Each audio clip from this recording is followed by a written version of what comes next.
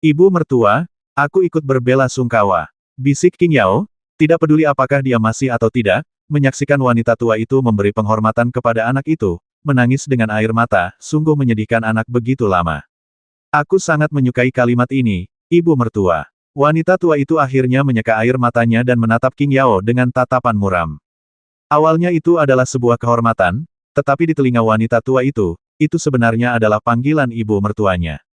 Qing Yao merasa kedinginan lagi karena cara wanita tua itu memandangnya.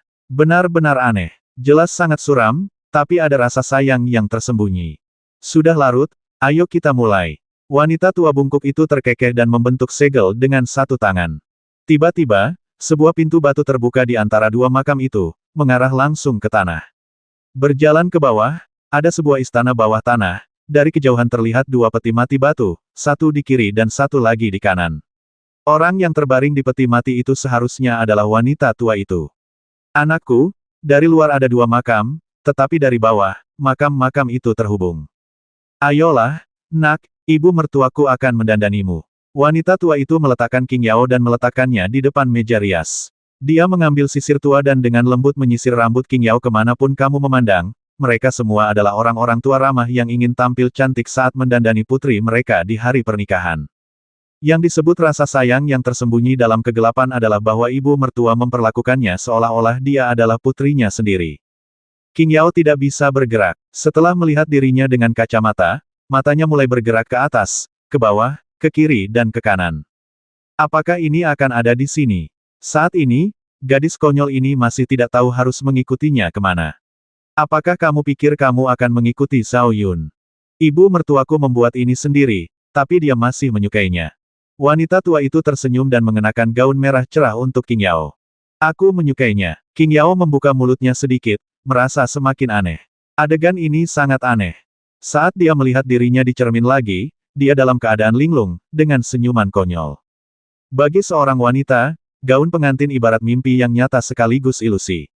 Mengenakan mimpi ini, dimanapun Anda berada, apakah itu gunung pisau atau lautan api, neraka atau surga, itu akan terjadi, yang paling indah. Dia tidak mengerti, tapi Zhao Yun mengetahuinya. Ini jalan buntu, belum lagi Dewa Bulan sedang mengasingkan diri, meskipun dia sudah bangun, tidak ada yang bisa dia lakukan. Anak kecil, giliranmu. Wanita tua itu datang sambil tersenyum, memegang sesuatu di tangannya. Dia juga mencintai Qing Yao, dan dia juga mencintai Zhao Yun setengah anak laki-laki. Tidak perlu jika dia memiliki terlalu banyak pekerjaan, turun saja dan Ting Mahadewa bersama putrinya. Zhao Yun juga dirapikan, rambutnya yang acak-acakan disisir halus, dan semua janggut di bibirnya dicukur. Ini kedua kalinya dia memakainya. Tentu saja wanita tua itu tidak mengetahuinya. Jika dia mengetahuinya, dia akan memukul Zhao Yun dengan satu telapak tangan. Menurut wanita tua itu, meski putrinya telah dikuburkan bertahun-tahun, dia tidak bisa memberikannya kepada siapapun. Nama putriku adalah Miao Yu. Dia gadis yang sangat cantik. Wanita tua itu tersenyum, seolah berbicara pada dirinya sendiri atau pada Zhao Yun. Dalam beberapa saat ini, tidak ada jejak kesuraman di mata atau ekspresinya. Seseorang mengembara dalam ingatan masa lalu. Zhao Yun terdiam, tidak bisa membedakan apakah itu kebencian atau rasa kasihan. Almarhum ibu ini, dalam kerinduan dan kesedihannya, cukup kerasukan setan. Dia mungkin telah melakukan banyak kejahatan, atau dia mungkin telah menderita banyak kejahatan. Dia adalah orang yang penuh kebencian, tetapi juga orang yang menyedihkan. Tidak, benar. Qing Yao akhirnya sadar. Tidak ada seorang pun di sana, ini jelas merupakan hadiah. Dia salah memahami kata-kata wanita tua itu. Dia tidak palsu, dan Zhao Yun juga. Tidak palsu. Mereka satu, tapi bukan pasangan. Tujuan mereka adalah peti mati, dan sudah ada cinta mereka di peti mati. 1 sen. Qing Yao tidak menjawab, hanya hantu yang bersedia. Bagaimana kamu bisa seperti ini? Jangan takut, kamu akan segera baik-baik saja. Wanita tua itu kehilangan keganasannya dan berubah menjadi penyayang lagi. Peti mati itu miliknya. Mungkin sudah terlalu tua dan berubah menjadi tumpukan tulang yang layu. Senior, kamu tidak bisa melakukan ini. Kata Qing Yao, gelar kehormatannya bukan lagi senior, tapi senior. Tidak masalah, dia akan dikuburkan untuk waktu yang lama.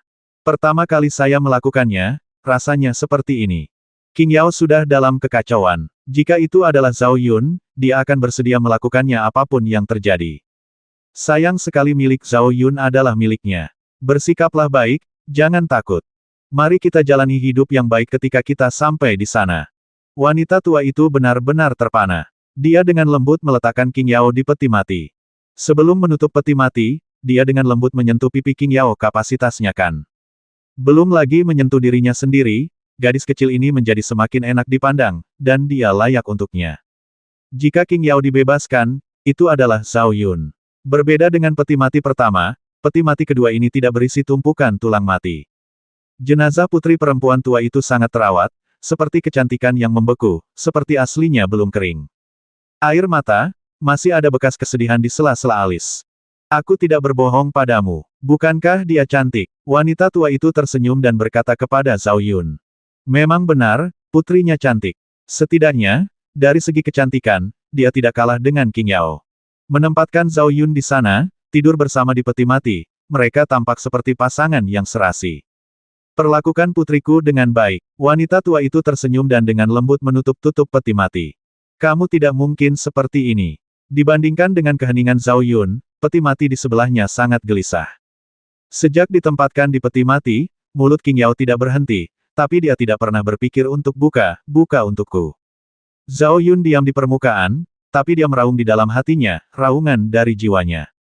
Balas dendam besar belum terbalas, ibu belum ditemukan, dan istri belum terbangun. Dia tidak bisa mati di sini. Bahkan jika itu jalan buntu, dia tidak akan duduk diam dan menunggu kematian. Yang terbaik adalah menyerang mantra yang melumpuhkan. Selama dia bisa bergerak, akan ada kemungkinan untuk bertahan hidup. Wanita tua itu sudah duduk di altar, membacakan mantra dengan satu tangan dan melemparkan uang kertas dengan tangan lainnya. Orang tua ini, yang sangat ahli dalam dunia sesat, melemparkan uang kertas dan membacakan mantra. Di depan dua peti mati, lilin merah menyala, dan gumpalan sutra merah cerah berkibar tertiup angin, menciptakan pemandangan yang agak melamun. Zhao Yun jelas merasakan esensinya telah hilang. Ini mungkin sebuah proses, di mana seseorang akan mati secara bertahap. Ayah, aku ingin pulang. Qing Yao menangis, tidak tahu apakah dia takut atau bersalah. Ledakan. Begitu dia selesai berbicara, dia mendengar suara gemuruh dari dunia luar. Dari bunyi-bunyinya, sepertinya batu nisan kuburan itu telah dirobohkan oleh telapak tangan seseorang. Wanita hantu, permudah aku menemukanmu. Tawa menyeramkan memenuhi malam yang gelap. Tapi senyuman sinis ini jatuh ke telinga Qing Yao dan Zhao Yun, tapi itu seperti sedotan yang menyelamatkan nyawa. Seseorang ada di sini untuk menimbulkan masalah, entah itu baik atau buruk, bagi mereka, itu adalah penyelamat. Musuh dari musuhku adalah temanku. Rashomon. Wanita tua itu mengertakkan gigi karena kebencian, matanya yang keruh menunjukkan niat membasmi. Alasan mengapa putri dan putranya terbaring di sini adalah berkat Rashomon. Tak ada lagi jenazah suaminya yang tersisa. Semuanya pertumpahan darah. Hutang darah harus dibayar dengan darah. Wanita tua itu turun dari altar, seluruh tubuhnya mekar cemerlang. Dia tidak lagi terlihat begitu tua. Dia pasti menggunakan teknik terlarang untuk menyublimkan tubuhnya sepenuhnya, mendapatkan kembali bentuk mudanya. Aura puncak Siti Garba langsung mencapai puncaknya, dan dia keluar dari istana bawah tanah dengan energi jahat yang luar biasa. Zhao Yun memiliki kewaskitaan dan dapat melihat dengan jelas. Teknik terlarang wanita tua untuk meremajakan usia tua sangatlah berlebihan, mengorbankan seluruh umurnya. Dengan kata lain, tidak peduli wanita tua itu menang atau kalah, dia ditakdirkan untuk mati.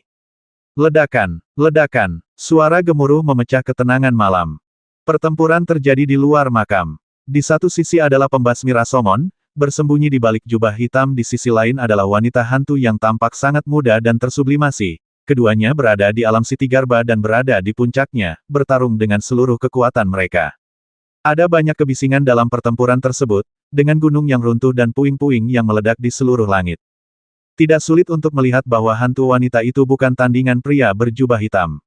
Alasannya adalah dia adalah seniman bela diri tambahan dan tidak pandai dalam pertarungan frontal hancur total. Di sisi lain, pria berjubah hitam dari Rashomon, seluruh hantu tidak dapat diprediksi, seperti hantu di malam hari, wujud aslinya sulit untuk dipahami. Di bawah sinar bulan yang redup, banyak darah merah cerah terpantul. Buka, buka untukku. Di dalam peti mati, Zhao Yun masih menyerang mantra yang tidak bisa bergerak. Anda harus keluar dari imobilisasi sebelum perang berakhir. Jika tidak, Tidak peduli siapa yang menang atau kalah, dia dan King Yao tidak akan lolos dari kematian. Zhao Yun, bisakah kita keluar hidup-hidup? Panggilan King Yao datang dari peti mati lain, dan nafasnya lemah, karena waktu esensi telah berlalu, dan pernikahan kelam ini hanya bisa terjadi setelah mereka benar-benar mati. Lindungi hatimu, jawab Zhao Yun dan terus menyerang. Meski pemenjaraan belum dipatahkan, kekuatan pengikat tubuh sudah banyak melemah. Dia juga dapat menggunakan kutukan imobilisasi, mengetahui bahwa keajaiban teknik ini memiliki batas waktu. Setelah batas waktu habis, imobilisasi akan dilepaskan secara otomatis. Premisnya adalah mereka dapat bertahan hingga saat itu. Hanya karena kejahatan metode pernikahan hantu, mereka masih merampas esensinya, takut mereka akan mati sebelum imobilisasi dicabut. Dalam hal ini, perlu adanya dampak untuk mempercepat pelemahan tubuh. Pada suatu saat, dia menutup matanya sedikit, dan saat berikutnya, dia membukanya lagi, dengan paksa melakukan aura Tianwu, mencoba mematahkan kutukan yang tidak bisa bergerak dengan metode ini. Sayangnya, dia tidak hanya gagal menembus penjara, tapi dia juga menderita serangan balik tersebut menyebabkan tulang-tulang di tubuhnya retak dan banyak tulang yang patah. Yang paling tidak nyaman adalah Wu Hun. Dampaknya gagal, dan Wu Hun hampir hancur seketika. Hanya satu kesempatan, gumam Zhao Yun, darah menetes dari sudut mulutnya.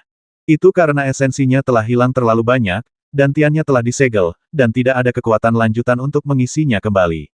Selain itu, jiwa bela diri telah terluka momentum Tianwu lagi. Jika bisa menerobos, masih ada harapan. Aku khawatir aku tidak bisa bertahan lagi. Bisik King Yao, terbaring di peti mati yang gelap, pipinya pucat dan tidak berdarah. Dalam hal kultivasi, dia lebih baik dari Zhao Yun dalam hal fondasi, dia jauh di belakang Zhao Yun. Terlalu banyak energi sejati yang telah hilang dan menyentuh fondasinya mayat yang dingin. Lindungi hatimu. Zhao Yun mengatakan hal yang sama untuk kedua kalinya. Dibandingkan dengan King Yao, matanya merah darah, seperti singa, menahan napas, tidak aktif, menunggu saat tertentu datang. Selama mantra penghambatnya cukup lemah, dia bisa mematahkannya dalam satu tarikan napas. Masih ada harapan di jalan buntu ini. Sebelum dia mendengar jawaban King Yao, dia menutup mata indahnya dan tertidur. Dalam situasi ini, jika tidak ada yang menyelamatkannya, dia akan jatuh ke tumpukan tulang layu saat tidur. Buka untukku. Zhao Yun berteriak dengan dingin di dalam hatinya, mantra melumpuhkannya sangat lemah. Pada saat ini, dia mengaktifkan momentum Tianwu dan menerobos imobilisasi dalam satu gerakan. Ledakan. Pada saat inilah pintu istana bawah tanah diledakkan dengan telapak tangan. Kemudian, saya melihat sesosok tubuh masuk. Itu adalah pria berjubah hitam dari Rashomon. Sedangkan untuk hantu wanita, kebanyakan dari mereka telah dibasmi olehnya jauh lebih baik. Dia berlumuran darah dan memiliki niat membasmi. Roh jahatnya cukup kuat, karena jubah hitamnya robek, menampakkan wajah yang ganas seperti hantu seharusnya menjadi lebih buruk lagi. Orang pembawa sial. Zhao Yun terlihat jelek, tapi dia berhasil mengejar ketinggalan dengan sangat baik. Menyembunyikannya secara diam-diam, aku telah menemukannya. Pria berjubah hitam itu tersenyum tipis, menatap peti mati King Yao, lalu langsung menuju ke arah Zhao Yun. Mata merahnya bersinar dengan cahaya hijau, yang sulit disembunyikan adalah ketamakan dan keserakahan. Tampaknya di matanya, peti mati itu adalah harta karun, seolah-olah ada harta karun duniawi yang tersembunyi di dalam peti mati itu. Zhao Yun menutup matanya, mengumpulkan energi aslinya dan menarik napas, berbaring di sana seperti mayat. Dengan suara mendengung, tutup peti mati dibuka oleh pria berjubah hitam. Namun, sebelum dia bisa tertawa, lebih dari selusin garis cahaya hitam keluar dari peti mati. Itu pasti jebakan yang dibuat oleh wanita tua itu. Pria berjubah hitam itu menggerakkan tutup peti mati, tanpa sengaja menyentuh batasan di peti mati. Bahkan Zhao Yun tidak menyadari pembatasan tersebut. Engah, engah, engah. Garis-garis darah sangat menyilaukan. Pria berjubah hitam itu tertangkap basah, tubuhnya seperti sepotong tahu, dan lubang berdarah ditusuk oleh Wumang. Salah satu matanya juga terkena, dan dia dipukuli menjadi naga bermata satu di tempat. Ah! Jeritannya melengking, dan pria berjubah hitam menutup mata kanannya dan melangkah mundur. Suara mendesing. Zhao Yun bergerak, seperti sambaran petir yang keluar dari peti mati, membuka tubuh kilinnya dan membuka jalan ibel. Seperti karung pasir, dia menabrak pelukan pria berjubah hitam adalah puncak dari Siti Garba, dan sisi dirinya yang ini, rasanya seperti menabrak pelat baja, dengan dentang yang keras. Meski begitu, pria berjubah hitam itu terhuyung akibat benturan tersebut dan hampir jatuh ke langit. Junior Zenling, kamu sangat berani. Pria berjubah hitam itu sangat marah karena guntur, dan energi jahat yang mengepul melonjak. Engah, Zhao Yun memuntahkan darah dan terjatuh.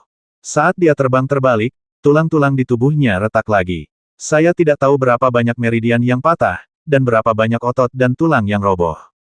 Berkat latihan tubuhnya selama ini, tubuh fisiknya cukup kuat. Itu adalah roh sejati tingkat 8 yang biasa, itu mungkin akan terguncang menjadi sepotong daging busuk. Kembalilah ke sini. Pria berjubah hitam itu mendengus dingin, merentangkan jarinya ke arah Zhao Yun. Zhao Yun, yang belum mendarat, tiba-tiba merasakan daya isap yang kuat, dan tersedot ke arah pria berjubah hitam. Pria berjubah hitam itu meraih lehernya dengan satu tangan, mengangkatnya sedikit, dan mengangkatnya ke udara. Adegan ini, hanya sedikit kekuatan dari telapak tangan pria berjubah hitam yang dapat mengirimnya ke gerbang neraka. Sungguh mengejutkan bagiku. Pria berjubah hitam itu tersenyum galak, memperlihatkan gigi putihnya. Dia tahu ada seseorang tergeletak di peti mati, tapi dia tidak tahu ada dua orang tergeletak di peti mati. Melihat tata letak istana bawah tanah, itu jelas tempat pernikahan hantu, dan kecil ahli bela diri yang dipegangnya mungkin ditangkap oleh perempuan tua itu sebagai suami hantu, jadi untungnya orang yang dipilih perempuan itu memang luar biasa, dan dia bisa membuka jalan menuju kejahatan. Selain itu, ia berani memukulnya, puncak Siti Garba, dengan tubuhnya. Dengan baik, wajah Zhao Yun memerah dan urat di dahinya terlihat. Dicubit oleh Siti Garba, dia seperti anak domba yang menunggu untuk disembelih. Biarkan menantuku pergi. Terdengar erangan serak, dan sesosok tubuh berdarah bergegas masuk keluar pintu istana bawah tanah yang rusak. Sama seperti wanita hantu, dia jelas belum mati. Bentuk mudanya yang sublimasi telah kembali ke usia tua. Dengan hanya nafas terakhirnya yang tersisa, dia menusuk pelangi dengan pedang, menusuk punggung pria berjubah hitam itu ke dadanya. Ah! Pria berjubah hitam itu berteriak lagi.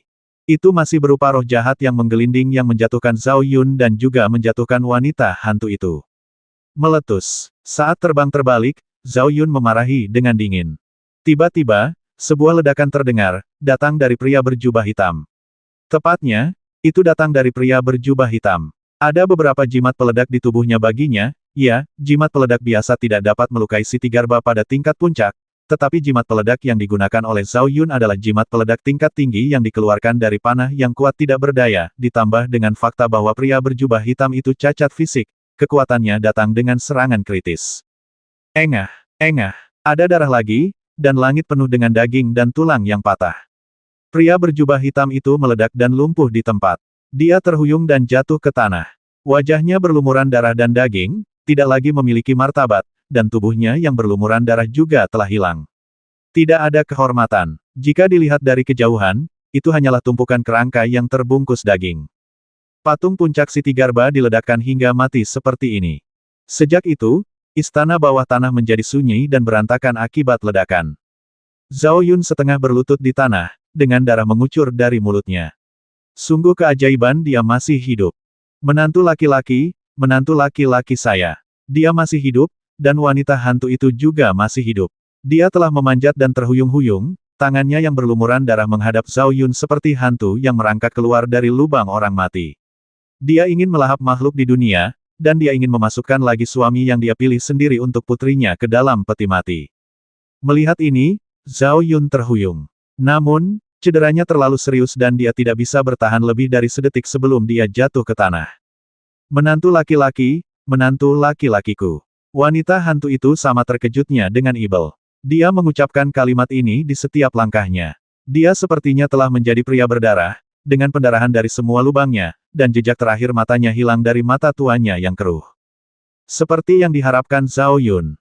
Wanita hantu itu mengorbankan seluruh umur panjangnya, dan tidak peduli sukses atau gagal, dia pasti akan mati. Sekarang, wanita hantu itu telah mencapai akhir hidupnya. Sebelum dia bisa mencapai Zhao Yun, dia terhuyung dan jatuh. Sesaat sebelum dia menutup matanya, dia melihat dua peti mati yang rusak di antaranya adalah kelembutan keibuan dan semacam kelegaan. Patung Siti Garba lainnya di puncaknya mati. Zhao Yun berdiri, membuka sarkofagus, mengeluarkan King Yao, membuka blokir mantra yang melumpuhkan, dan menuangkan seteguk cairan spiritual.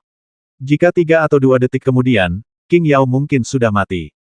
Setelah melakukan ini, dia duduk dan bersandar di peti mati untuk bernapas dengan berat.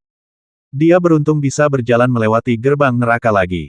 Dia beruntung karena kedua Siti Garba di puncaknya sama-sama terluka dalam pertarungan mereka satu setelah lainnya. Jika tidak, tidak peduli seberapa tinggi jimat peledaknya, itu tidak akan membasmi pria berjubah hitam itu. Apakah aku masih hidup? Qing Yao tiba-tiba duduk dan tanpa sadar melihat sekeliling, melihat kekacauan. Banyak tempat di istana bawah tanah telah runtuh, dan ada dua mayat di tanah, satu adalah hantu wanita dan yang lainnya adalah pria berjubah hitam. Selain itu, ada Zhao Yun, duduk di sisi peti mati, bersandar di peti mati dan terengah-engah. Untuk beberapa drama, dia bisa mengetahuinya sendiri tanpa bertanya. Pasti Zhao Yun yang mematahkan mantra melumpuhkannya, dan pasti ada dua Siti Garba yang bertarung sampai hampir mati, sehingga Zhao Yun bisa mendapatkan keuntungannya. Faktanya, pertarungan sebelumnya lebih rumit dari yang dia bayangkan. Namun, ini tidak lagi penting. Yang penting pembasmi Rashomon sudah mati, hantu wanita itu juga sudah mati, dia dan Zhao Yun sama-sama selamat, dan kepala baru keluarga Zhao menyelamatkan nyawanya. Cepat, ambillah. Qing Yao mengambil pil dan memasukkannya ke dalam mulut Zhao Yun. Saya benar-benar meremehkan Zhao Yun. Meskipun dia dinonaktifkan di puncak Siti Garba, dia masih bisa berada di alam roh sejati dengan satu tamparan. Bagaimana Zhao Yun melakukannya? Bahkan dua puncak Siti Garba terbasmi bangga dengan satu generasi. Setidaknya dia tidak bisa melakukannya, yang menunjukkan betapa besar kesenjangan antara dia dan Zhao Yun. Istana bawah tanah itu dingin dan gelap. Zhao Yun menyilangkan kakinya dan diam-diam menyembuhkan luka-lukanya. Luka dalam belum pulih, tetapi sekarang ada lapisan luka lain. Melihat yang lain, tidak ada yang terjadi kecuali hilangnya energi yang sebenarnya. Ibu mertua, ini perjalanan yang bagus. Qing Yao baik hati dan menggunakan pedangnya untuk mengukir sarkofagus dan memasukkan hantu wanita ke dalamnya. Saya merasa benci sekaligus kasihan pada lelaki tua ini. Dia telah sendirian selama beberapa dekade, dan dia juga orang yang menyedihkan. Tiga peti mati ditempatkan dengan rapi di atas platform batu. Gadis ini juga berdedikasi, dia bahkan menyalakan pembakar dupa dan memasukkan 3 batang mus. Adapun pria berjubah hitam di Rashomon, dia tidak terlalu sopan dan membakarnya menjadi abu. Tidak lama kemudian, Zhao Yun terbangun. Patah otot dan tulangnya hanyalah masalah sepele. Dia dapat membentuk kembali tubuhnya sepenuhnya melalui latihan pembersihan sumsum dan meridian otot sepucat kertas, dan sudut mulutnya mengeluarkan darah dari waktu ke waktu.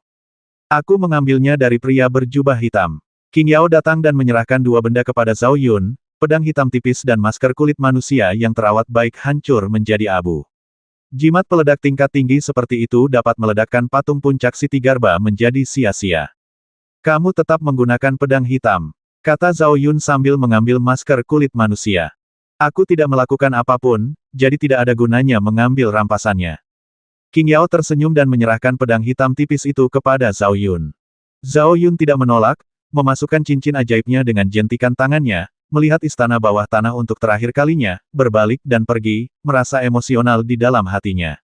Dia dibasmi oleh Rashomon di sepanjang jalan. Situasi fatal di matanya ini sebenarnya adalah milik Rashomon.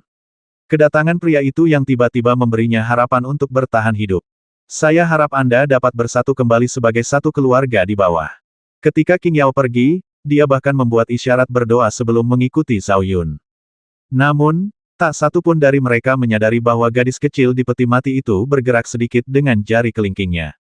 Jika pria berjubah hitam dari Rashomon masih hidup, dia mungkin akan mengutuk Zhao Yun dan Qing Yao. 2 melon, ada harta karun di peti mati, itu ada di tubuh Wong Yu. Aku datang jauh-jauh ke sini hanya untuknya. Kalian berdua lebih baik, tepuk saja pantatmu dan pergi semua. Tidak ingin. Ini akan menjadi jawaban Qing Yao, dan itu juga akan menjadi jawaban Zhao Yun. Jangan bilang kamu tidak tahu, meskipun kamu tahu, kamu tidak akan menerimanya dia. Gua, Rock melebarkan sayapnya dan terbang ke langit. Zhao Yun menjadi benjolan di pohon elem lagi, dan setelah pergi ke surga, dia menyilangkan kaki untuk menyembuhkan lukanya. Qing Yao, sebaliknya, duduk di samping dan melirik ke arahnya lebih dari sekali. Hanya dalam beberapa hari, Zhao Yun telah menyelamatkannya 2 kali, dan bahkan hal aneh seperti pernikahan dalam kubur bisa terjadi pada mereka. Bukankah ini takdir yang legendaris? Berbicara tentang pernikahan hantu, gadis ini masih mengenakan gaun pengantinnya. Bermandikan sinar bulan, dia memiliki kecantikan melamun yang unik. Dengan wajahnya yang tiada taraf, dia benar-benar seperti peri dalam lukisan. Seperti dia, Zhao Yun tidak melepas pakaian pengantin prianya, tapi hanya diam-diam menyembuhkan lukanya. Dengan cara ini, gambarannya sangat romantis. Ada seorang pria dan seorang wanita, dia mengenakan gaun pengantin dan dia mengenakan pakaian pengantin pria dibuat di surga. Langit berbintang adalah mak belang dan cahaya bulan adalah saksinya. Dan keduanya jelas menjadi pemandangan indah di angkasa. Ada banyak gunung terbang di langit, sering datang dan pergi. Ketika saya melihat mereka berdua, mata mereka sangat aneh. Pengantin pria dan wanita tidak memasuki kamar pengantin di tengah malam, mereka hanya berkeliaran di sekitar sini. Apalagi calon pengantin pria, apakah ginjalnya gagal? Dengan seorang gadis cantik yang duduk di sebelah Anda membuang-buang sumber daya hanya dengan melafalkan sutra. Pertama membungkuk ke langit dan bumi. Kedua membungkuk ke aula tinggi. Istri. Satu sama lain. Kirim mereka ke kamar pengantin. Yang lain terbang dengan suara mendesing, dan yang lainnya tinggalkan kalimat. Setiap orang adalah pembawa acara profesional, terutama yang sebelum memasuki kamar pengantin, melolong paling keras. Zhao Yun masih sama dengan Zhao Yun, tenggelam dalam pikirannya dan menyembuhkan lukanya dengan tenang. Qing Yao bukan lagi Qing Yao yang sama. Dia mendengarnya dengan jelas tetapi tidak melepas gaun pengantinnya yang berwarna merah cerah. Suatu saat, keduanya terjatuh. Di depan, Anda dapat melihat kota kuno yang sangat besar. Kota ini ditandai di peta sebagai kota kuno Jiuyang. Aku mengenakan gaun pengantin. Cantik bukankah itu? Qing Yao melompat sedikit, memegang tangannya di belakang punggung, berjalan mundur menghadap Zhao Yun, matanya yang indah berbinar, cukup bersemangat, dari manapun dia berasal, dia melihat seperti orang yang tidak mengerti dunia. Gadis kecil itu masih mengenakan gaun pengantin itu, seperti bunga berwarna merah cerah, terkadang menari dengan anggun di bawah bulan. Cantik. Zhao Yun tersenyum sopan. Qing Yao tersenyum manis dan akhirnya melepas gaun pengantinnya sebelum memasuki kota. Kota kuno Jiuyang masih sangat ramai di bawah sinar bulan, dengan keramaian orang, lentera merah yang tinggi, dan teriakan serta penjualan yang terus-menerus, menunjukkan kemakmuran dunia. Bibiku, kemana kamu pergi? Tiga lelaki tua muncul entah dari mana dan menangkap Qing Yao. Dia dikirim oleh Yan Tianfeng untuk melindungi Qing Yao. Dia dikepung dan dibasmi oleh orang-orang kuat di kota Qiang, jadi dia dipisahkan. Dia menunggu di kota kuno Jiuyang selama beberapa hari. Jika putri penguasa kota hilang, Yan Tianfeng juga memukul mereka dengan satu telapak tangan. Untungnya, ketika mereka tiba, Qing Yao masih hidup dan sehat. Ada beberapa perubahan kecil. Ketika dia berbalik lagi, Zhao Yun tidak terlihat dan tersesat di tengah kerumunan yang ramai. Apakah kamu akan pergi sekarang? Gumam Qing Yao, merasa kecewa. Mari kita istirahat semalam sebelum berangkat. Qing Yao berkata dan langsung pergi ke penginapan. Dia menoleh ke belakang beberapa kali tetapi tidak dapat melihat sosok itu lagi. Di sini, Zhao Yun telah menemukan kamar tamu dan menutup pintunya rapat-rapat. Kemudian masker kulit manusia dilepas. Ini bukan masker kulit manusia biasa, ini terbuat dari bahan langka dan langka. Setiap bahan pada dasarnya sudah punah di Daxia. Masker kulit manusia yang menutupi wajah ini tidak sebanding dengan masker biasa wajah. Anda benar-benar dapat mengubah garis besar fitur wajah. Yang disebut penampilan adalah martabat baru. Saya khawatir bahkan mereka yang berada di alam Tianwu tidak akan dapat mengenali kebenarannya dimurnikan menjadi wajah manusia. Di balik topeng kulit, kehormatan adalah kebenaran. Namun cara ini mempunyai batas waktu. Dilihat dari kadar masker kulit manusia ini, masih bisa bertahan 7 atau 8 tahun. Karena dia ingin memasuki Tianzong dengan identitas lain, maka perlu mengubah penampilannya. Masker kulit manusia ini tepat. Jalan untuk membalas dendam masih panjang, dan dia siap hidup dengan identitas lain. Tanpa banyak berpikir, dia duduk di meja. Ada cermin perunggu di atas meja. Menghadapi cermin, dia melihat martabatnya saat ini untuk terakhir kalinya, karena dia tidak akan melihat wajah ini lagi untuk waktu yang lama. Dia tidak ragu-ragu, dia menggunakan belati untuk memotong 3 bekas darah di wajahnya, dan memakai masker kulit manusia.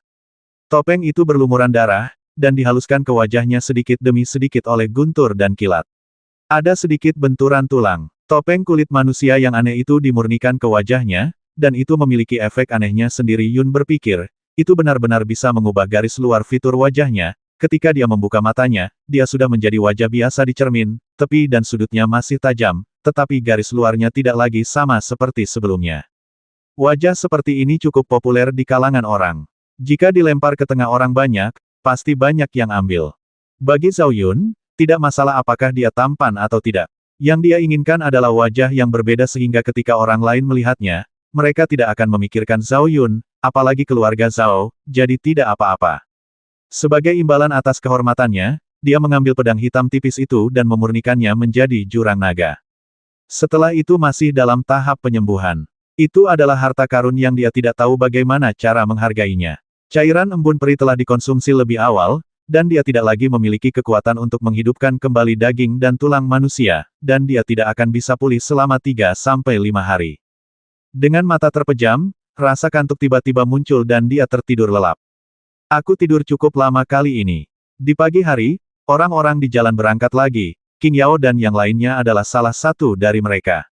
Gadis itu masih tidak mau menyerah. Sebelum meninggalkan kota, dia melihat ke kiri dan ke kanan sepanjang jalan, yang membuat mereka bertiga para lelaki tua mengangkat alisnya. Siapa yang tahu apa yang dia cari, tetapi dia tidak dapat menemukannya sampai dia meninggalkan kota kuno Jiuyang. Apakah kamu akan pergi? Gumam Qing Yao sambil berjalan pergi. Bahkan jika Zhao Yun berdiri di depannya saat ini, dia mungkin tidak mengenalinya. Dengan baik, Zhao Yun yang sedang tidur tidak dalam kondisi baik. Pasti, mimpi buruk, banyak keringat di dahi, ada sedikit rasa sakit di antara alis, dan banyak erangan teredam, seolah-olah saya terjebak dalam mimpi, mencoba untuk bangun tetapi tidak bisa, dan aku tersesat lagi dan lagi. Dalam kegelapan, dia seperti melihat sebuah pintu raksasa yang menjulang ke langit, lebih jauh dari dalam mimpinya. Dalam kegelapan, dia juga tampak melihat seberkas cahaya. Tepatnya, itu adalah punggung yang tampak nyata dan ilusi, ditutupi dengan warna-warna abadi, terbang dalam ilusi tanpa batas, terbang menuju pintu raksasa yang menopang langit. Jika aku mati, kamu akan datang. Dalam kegelapan, masih ada kata-kata kuno dan berubah-ubah, yang seolah membentang di sungai waktu yang panjang, dengan sendewa harapan yang serak, seperti mantra sihir, bertahan di dalam telinganya untuk waktu yang lama. Ah! Dengan raungan yang tiba-tiba, dia tiba-tiba duduk, terengah-engah.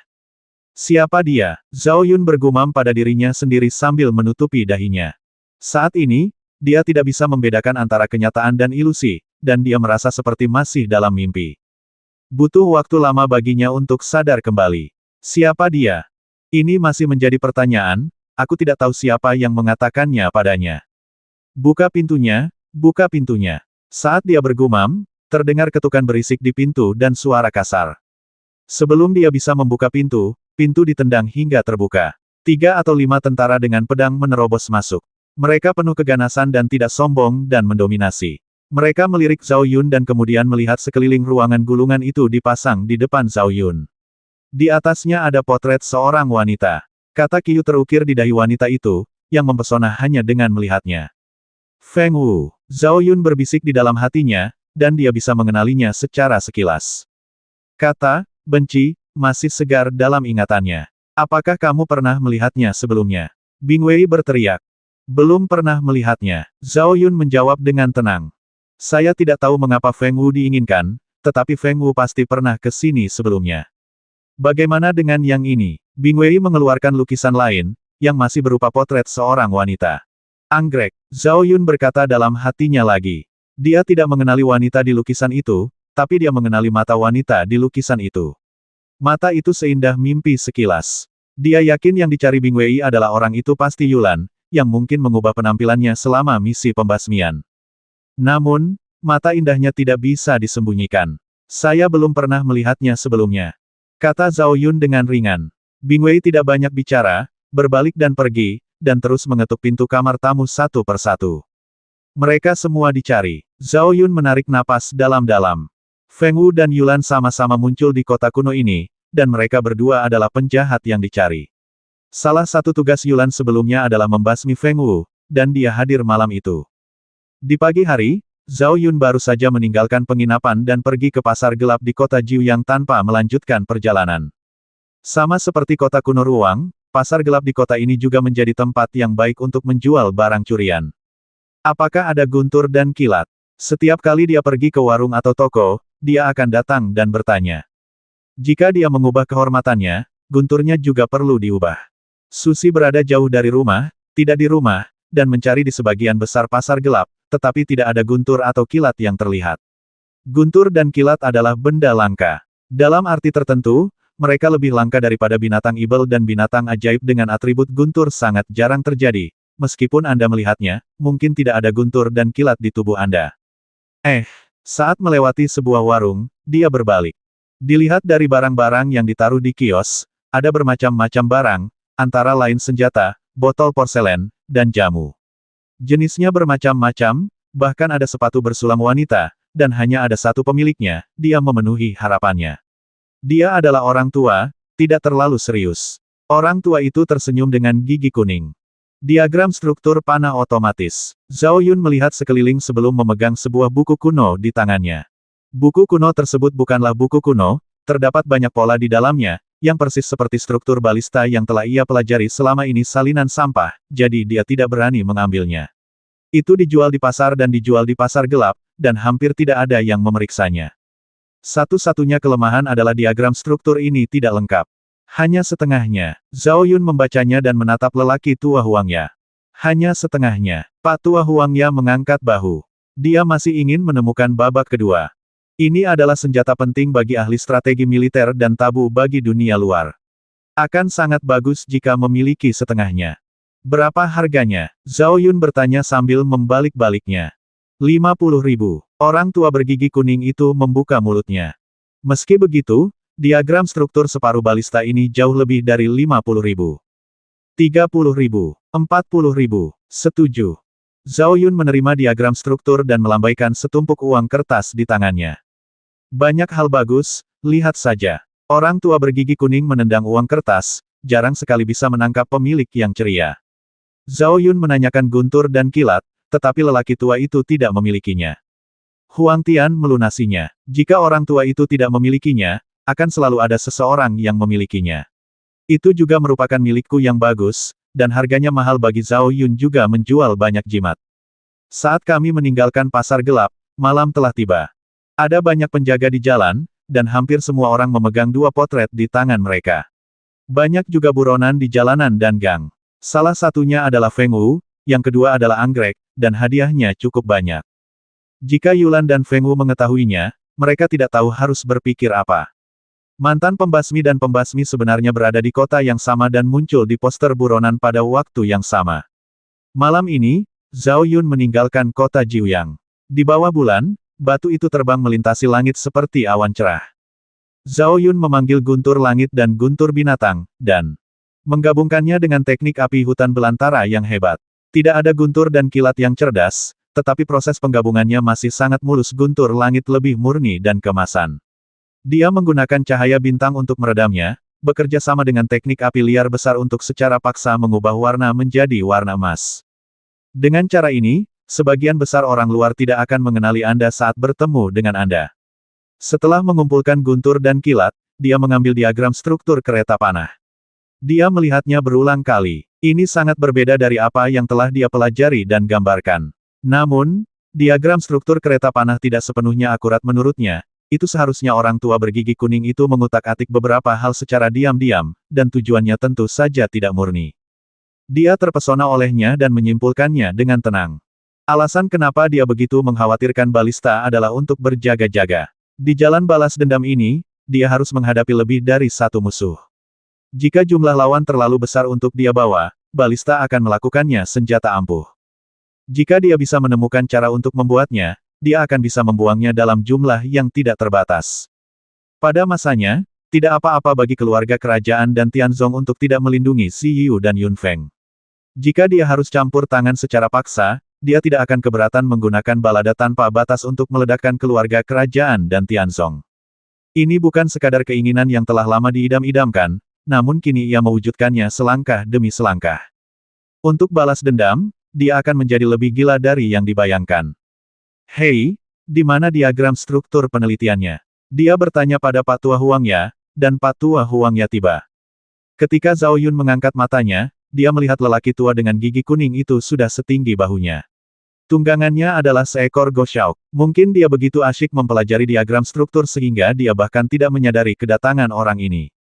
Jika Anda mengikuti saya di tengah malam, saya khawatir akan terjadi sesuatu yang buruk. Panah otomatis adalah hal yang bagus. Orang tua Huangya berkata dengan tangannya, apakah dia sedang berbicara pada dirinya sendiri atau dengan Zhao Yun? Saya telah belajar selama beberapa tahun, tetapi saya masih belum memahaminya secara menyeluruh. Orang yang menemukan benda ini memang seorang bakat yang tidak bisa diciptakan oleh orang biasa. Junior hanya penasaran, jawab Zhao Yun santai. Saya punya bagian bawah, jika Anda tertarik mempelajarinya, kata lelaki tua bergigi kuning itu sambil tersenyum. Terima kasih atas undangannya, senior. Masih ada yang harus saya lakukan. Kata Zhao Yun, menerima diagram struktur, dan komunikasi pikiran ke hati Dapeng semakin cepat. Apa terburu-buru? Gosyok Patua Huangya lebih cepat dan mengikutinya seperti bayangan. Zhao Yun tidak berkata apa-apa, menjentikkan lengan bajunya dan memberkati sayap Dapeng dengan dua jimat yang bergerak cepat. Anak muda hari ini, mereka terlalu terburu nafsu. Orang tua Huangya menghela nafas dan mengarahkan mantra penahan ke Dapeng. Gua, Dapeng menjerit dan membeku di udara. Suara mendesing. Zhao Yun kehilangan pijakan dan jatuh dari langit. Selama periode ini, dia berkomunikasi dengan Dapeng dan mengirimnya kembali ke dunia roh. Orang tua bergigi kuning itu bukanlah orang baik. Dia diusir dari kota kuno Jiuyang. Orang tidak boleh dinilai dari penampilannya, orang yang terlihat malang memiliki niat membasmi yang tersembunyi. Ayo, pulanglah bersama kakek. Burung elang itu menukik. Turun, dan lelaki tua dengan gigi kuning di atasnya mengulurkan tangan untuk menangkapnya. Zhao Yun sudah menduganya, dan dua jimat kecepatan lagi meningkatkan kecepatan jatuhnya, dan dia jatuh langsung dari udara menuju tanah. Mungkin dia tidak menyangka Zhao Yun akan melakukan ini meraih tangan kosong di tempat, saya seharusnya meremehkan kemampuan beradaptasi Zhao Yun, dia terlalu licin.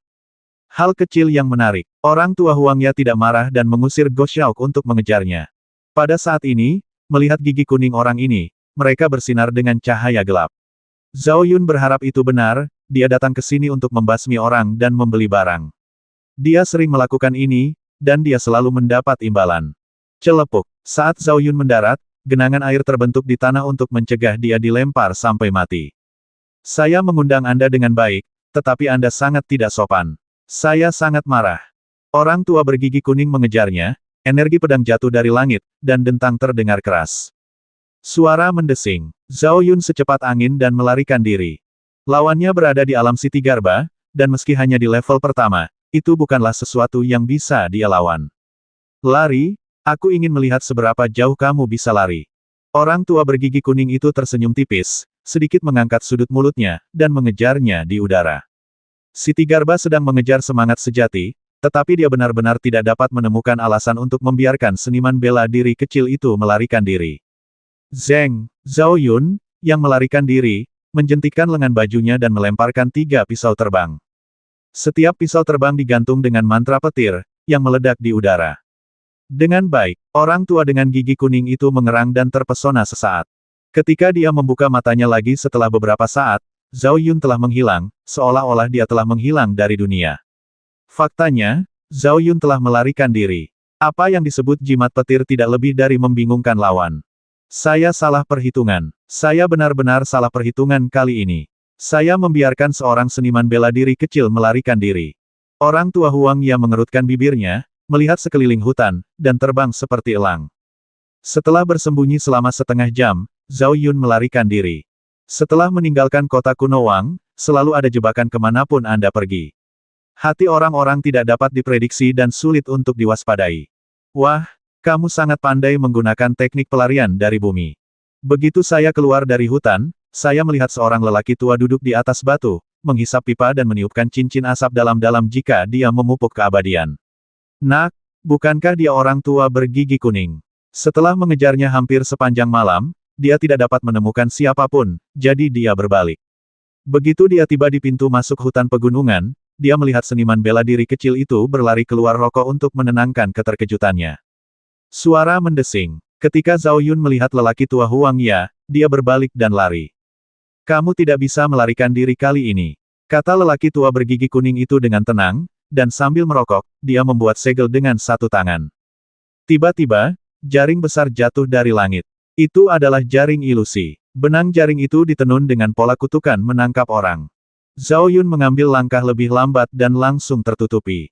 Jaring yang ditenun oleh garis kutukan lebih aneh dari yang dia bayangkan. Dia tidak bisa berhenti memotongnya dengan pedang.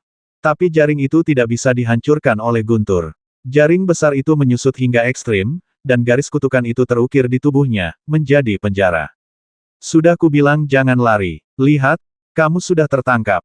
Orang tua bergigi kuning itu membuang abu rokoknya, berjalan mendekat, mengambilnya dan pergi.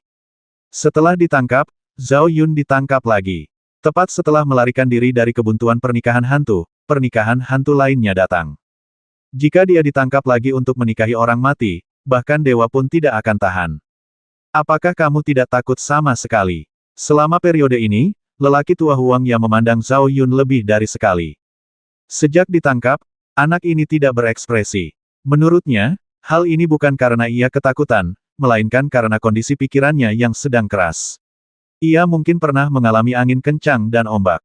Tebakannya benar, itu memang selokan kecil. Zhao Yun telah membasmi lebih dari satu orang paling kejam di City Garba, apalagi tingkat pertama. Kini, dia masih punya peluang untuk kembali. Namun, harapannya kecil. Tidak lama kemudian, lelaki tua Huangya berlari ke puncak gunung. Ada sebuah kuil Tao kecil di puncak gunung. Kuil itu dilengkapi dengan metode buta. Dia terbang jauh-jauh tidak dapat melihat misterinya. Bahkan mata Zhao Yuntian hampir buta. Karena tertipu, tidak sulit untuk membayangkan bahwa lelaki tua bergigi kuning ini berada di alam City Garba yang luar biasa, kemungkinan besar mahir dalam Kimendunjia, dan miliknya. Taoisme tidaklah rendah. Memasuki kuil Tao, Anda akan melihat tungku alkimia. Pada titik ini, Zhao Yun tahu untuk apa Pak Tua Huang yang menangkapnya, kemungkinan besar menggunakannya untuk membuat alkimia. Alkemis jahat akan selalu menemukan cara lain. Dalam banyak kasus, proses alkimia sangat berdarah dikatakan berdarah adalah mereka membuat alkimia. Orang akan digunakan untuk membuat panduan alkimia untuk memberkati spiritualitas. Lelaki tua bergigi kuning itu memiliki api di tubuhnya. Dia mengetahui hal ini sejak dia membeli diagram struktur balista, dan dia bisa melihatnya sekilas. Ayo, di dalam hangat. Pak Tua Huang melemparkan Zhao Yun ke dalam tungku alkimia. Setelah menyelesaikan pekerjaannya, orang ini menyingsingkan lengan bajunya dan bersiap untuk pertarungan besar. Jingle bell. Sebelum apinya padam, saya mendengar suara lonceng yang cukup ajaib. Ketika Pak Tua Huang mendengar ini, dia berbalik dan melarikan diri dari kuil Tao dalam sekejap. Kemudian dia bergegas ke kaki gunung. Di atas batu besar di kaki gunung, ada sosok anggun berjubah hitam berdiri dengan anggun. Martabatnya tidak terlihat jelas, hanya mengetahui bahwa kata Qiu terukir di dahinya. Saat ini, kata benci masih berlumuran darah. Jika Zhao Yun ada di sini, dia pasti akan mengenalinya, bukan Feng Wu. Gadis suci. Lelaki tua bergigi kuning itu sangat hormat, dia memegang tangannya dan membungkuk sebelum dia sempat bernapas. Ramuan penyamaran darah sudah siap. Kata Feng Wu ringan, kata-katanya cukup agung, dan seperti suara bel, ia memiliki kekuatan magisnya sendiri. Obat mujarab telah ditemukan, paling lambat besok malam. Aku akan menunggu. Feng Wu menjatuhkan kata-katanya dan menghilang seperti hantu. Jika seorang kenalan melihatnya, dia akan terkejut karena hal itu menjadi sangat aneh setelah lama tidak bertemu dengannya. Di dalam tungku alkimia, Zhao Yun seperti patung yang diukir di batu, tidak bergerak. Bukan karena dia tidak ingin membuka segelnya, tapi dia tidak bisa menembusnya City Garba. Segel lelaki tua bergigi kuning sebenarnya lebih kuat dari segel hantu wanita di puncak City Garba. Jaring besar yang ditenun dengan pola tersebut jauh melampaui mantra imobilisasi. Tunggu sebentar, orang tua Huang Ya kembali dan terus merapikan lengan bajunya. Gerakan itu tampak seperti seorang tukang daging yang mencoba membersihkan Nangui yang terikat. Tidak butuh waktu lama, hanya 1 hari. Kata lelaki tua bergigi kuning itu sambil tersenyum, yang terkesan lembut namun sebenarnya menyeramkan. Begitu dia selesai berbicara, dia melepaskan api tanah merah, puncak dari api tanah. Tiba-tiba, api di tungku berkobar, tapi tidak melukai Zhao Yun. Zhao Yun memperhatikan dalam diam. Meskipun dia bukan seorang alkemis, dia tahu akal sehat alkimia. Dia adalah seorang pemandu alkimia. Bahan yang digunakan dalam alkimia akan disempurnakan menjadi esensi dan diintegrasikan ke dalam tubuhnya satu per satu hanya proses. Setelah esensi semua bahan terintegrasi, maka disempurnakan. Terus terang, sebelum dimurnikan menjadi ramuan, dia hanyalah sebuah wadah. Faktanya adalah seperti yang dia harapkan. Orang tua bergigi kuning sudah mulai melemparkan bahan ke dalam tungku. Hal pertama yang dilemparkan ke dalam tungku adalah tanaman merambat ungu. Di salah satu ujung pohon anggur, ada bunga mekar, yang lebih terang dari nyala api. Zhao Yun mengenali bahan ini, disebut wisteria ungu, dan tidak dianggap langka. Dia tidak berkata apa-apa, hanya menonton dengan tenang. Dia pernah ingin menjadi seorang alkemis, tapi malam ini adalah pertama kalinya dia melihat seseorang membuat alkimia. Ketika dia melihatnya, tanaman merambat ungu terbakar oleh api dan layu sedikit demi sedikit. Bunga yang mekar di ujungnya juga layu. Seluruh tanaman merambat ungu terbakar menjadi abu, dan hanya sedikit cairan ungu yang terekstraksi inti sari tanaman anggur ungu dituangkan ke dalam wadahnya. Zhao Yun tiba-tiba merasa bersemangat. Esensinya seperti mata air jernih, mengalir ke meridian utama, hangat, sejuk dan nyaman, diserapnya sedikit demi sedikit, atau dengan kata lain dimurnikan ke dalam tubuhnya sedikit demi sedikit untuk menyehatkan tubuh dan menghangatkan pikiran. Setelah itu ada buah berwarna hijau dengan aroma buah yang kaya. Zhao Yun juga menyadari bahwa itu adalah buah roh giok, yang jauh lebih berharga daripada tanaman anggur ungu. Buah itu hanya tumbuh di tempat yang dingin dan harganya mahal. Anak kecil, jangan salahkan kakek, aku juga mengikuti perintah. Kata lelaki tua Huang Ya sambil mengendalikan api. Meskipun kata-katanya penuh kasih sayang, tangannya tidak menganggur. Menyempurnakan esensi. Zhao Yun tidak menjawab, tapi hanya mengangkat matanya untuk menatap ke langit. Kakek akan membakar lebih banyak uang kertas untukmu. Su terlalu bosan, jadi lelaki tua bergigi kuning itu terus berbicara, hanya mengobrol. Jika itu adalah Zhao Yun di masa lalu, dia mungkin akan mengutuk dengan keras.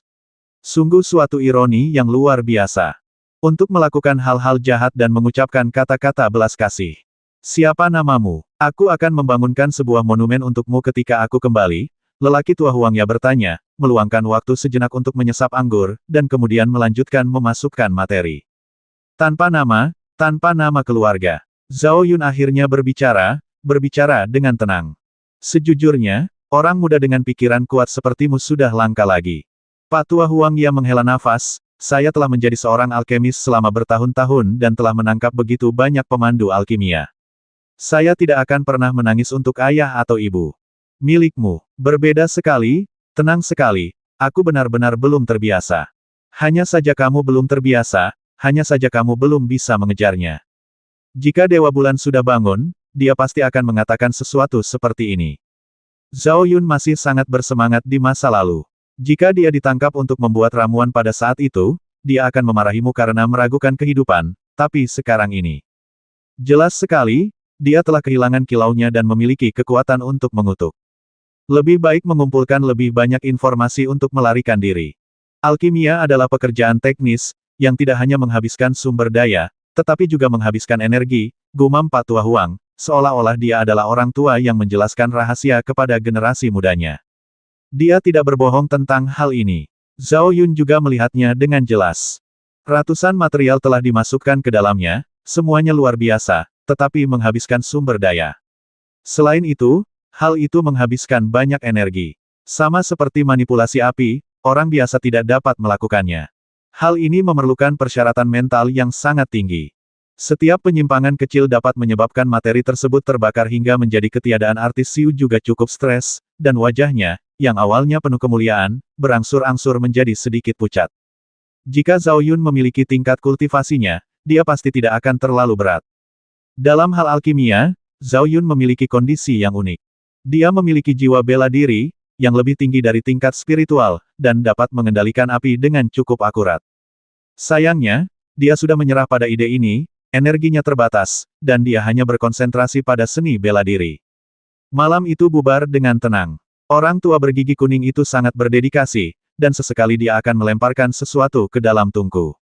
Setelah istirahat malam, napasnya menjadi lebih lemah, mata lamanya merah, dan wajah lamanya jarang memerah. Dia ingin berhenti dan beristirahat, tetapi alkimia bukanlah urusan biasa, dan dia tidak bisa berhenti. Dia harus memperbaikinya dalam satu tarikan napas. Melihat Zhao Yun, dia sudah memejamkan mata, hanya sesekali mengangkat matanya untuk melihat ke langit. Dia adalah sebuah wadah yang telah diisi dengan begitu banyak esensi dalam satu malam. Kidan darahnya begitu kuat sehingga anggota badan, tulang, andalam, meridian, dan 8 meridiannya tidak menembus beberapa hari budidaya. Karena integrasi esensi, ia mendekati puncak langkah demi langkah. Jika esensinya cukup, terobosan mungkin dilakukan. Selanjutnya, ini akan sedikit menyakitkan, Pak Tua Huang Ya menguap. Dia benar-benar orang tua yang menarik. Dia bahkan menangkap orang untuk membuat ramuan dan melemparkannya ke dalam tungku alkimia. Berdengung. Tungku alkimia berdengung, dan api merah di tungku itu menelan Zhao Yun. Orang tua Huangya cukup bijaksana dan memperlakukan Zhao Yun sebagai senjata. Dia melatih tubuhnya dengan kemampuan terbaiknya dan memurnikan kotoran. Ini juga merupakan salah satu proses langkah, akan mampu memurnikan Zhao Yun, orang yang hidup, menjadi pil. Apakah sakit? Tanya lelaki tua bergigi kuning itu. Kata-kata ini hampir tidak membuat Zhao Yun geli. Maksudnya kalau aku bilang sakit, masih bisakah kamu melepaskannya untukku? Marah tubuhmu. Ekstrak kotoran. Tentu saja itu menyakitkan. Namun, bagi Zhao Yun, rasa sakit ini tidak lebih dari latihan fisik untuk mencuci sumsum dan mengendurkan tendon. Anda harus tahu bahwa rasa sakit dari latihan fisik sama dengan penyiksaan terhadap Lingqi. Anak baik, kamu sangat mengejutkanku. Orang tua dengan gigi kuning itu mendecakkan lidahnya, dan sejauh ini Zhao Yun tidak pernah menjerit kesakitan. Astaga, ini laki-laki. Pada saat ini, lelaki tua itu merasa sedikit menyesal. Dia memiliki begitu banyak danyin, tetapi dia telah menangkap Zhao Yun. Junior yang luar biasa itu benar-benar malu menjadi seorang danyin di masa mudanya. Sayangnya, alkimia mendekati langkah terakhir dan sudah terlambat untuk menyesal. Klik, klik, suara beberapa tulang yang bertabrakan di tungku sedang dikalsinasi dengan api oleh alam Siti Garba. Itu benar-benar terjadi. Dilihat dari tubuh Zhao Yun, itu sudah ditutupi dengan lapisan viskositas abu-abu, yang semuanya merupakan kotoran yang padam ketidakmurnian ini, dia sendiri adalah seorang pemurni. Mereka yang tidak bisa keluar membutuhkan bantuan dari luar, dan lelaki tua dengan gigi kuning adalah kekuatan luar. Yang lebih menggembirakan bukanlah ini, tapi luka dalam Zhao Yun. Saat tubuhnya sedang ditempa, luka internalnya berangsur-angsur sembuh. Atau mungkin orang tua Huangya melakukannya dengan sengaja. Dia mungkin sudah menyadari bahwa Zhao Yun memiliki luka dalam. Karena dia membuat ramuan, dia menginginkan yang paling murni. Memiliki luka di tubuhnya adalah suatu kekurangan. Malam tiba lagi dengan tenang. Wajah lelaki tua bergigi kuning itu benar-benar pucat, dan dia hampir tidak bisa bernapas, dia telah menghabiskan terlalu banyak energi, dan rongga matanya sedikit cekung. Matanya yang tua dan keruh penuh dengan mata merah, dan dia tampak sangat lelah. Di sisi lain, Zhao Yun, setelah dicairkan dengan banyak esensi dan dikalsinasi, merasa seluruh tubuhnya tembus cahaya. Kenyamanannya lebih besar daripada rasa sakitnya. Apakah kamu punya kata-kata terakhir? Lelaki tua bergigi kuning itu berkata dengan ringan, tanpa senyuman, tapi dengan sedikit keganasan. Selanjutnya, akan sangat berdarah. Orang yang hidup akan dimurnikan menjadi pil. Tidak, mata Zhao Yun setenang air. Namun kekuatan perkataannya tidaklah kecil. Tiba-tiba terjadi guntur di langit malam berbintang. Siapapun yang melihatnya akan mengira itu pertanda akan turun hujan, maka ia pun pulang untuk mengambil pakaiannya. Aku sudah melihat langit dan tidak hujan. Orang tua bergigi kuning itu mengangkat matanya dan bergumam. Zhao Yun juga bisa mengamati langit, dan dia bisa melihatnya dengan lebih jelas, dan dia telah mengamatinya sepanjang siang dan malam. Ini akan menjadi malam guntur dan tidak ada hujan. Tidak masalah hujan atau tidak, yang penting ada guntur. Apakah hal ini dapat memecahkan kebuntuan adalah poin kuncinya. Zhao Yun, di sisi lain, diam-diam telah mengaktifkan teknik guntur surgawi Taichu. Tidak masalah jika dia mengaktifkan teknik mentalnya, guntur dan kilat di langit gelisah jatuh, dan akurasinya cukup bagus. Dia langsung menuju ke sana. Dari kuil Tao kecil ini, kekuatan guntur membawa kehancuran. Orang pembawa sial, orang tua bergigi kuning itu tiba-tiba mengubah ekspresinya dan lari ke belakangnya. Dewa tidak pandai dalam hal itu. Langkah terpenting dalam menyempurnakan alkimia adalah memukul guntur. Jika guntur melanda, guntur akan melanda. Mengapa kamu menebangnya? Tidak ada yang salah dengan itu, tetapi kamu memukulnya seperti ini. Apakah kamu melakukan terlalu banyak hal jahat? Apakah Anda akan disambar petir dari surga? Atau haruskah saya katakan, yang kekasihnya mengucapkan sumpah yang sangat beracun sehingga bahkan dewa tidak tahan lagi, dan bahkan melanggarnya secara tidak sengaja. Bang! Orang tua Huangya bersembunyi, tetapi tungku alkimia masih ada. Karena Zhao Yun ada di dalam tungku, petir menyambar tungku alkimia seperti palu yang mengenai pelat baja percikan terang juga disebabkan oleh kekerasan tungku alkimia. Jika itu adalah benda biasa, benda itu mungkin akan terpotong menjadi terak oleh petir.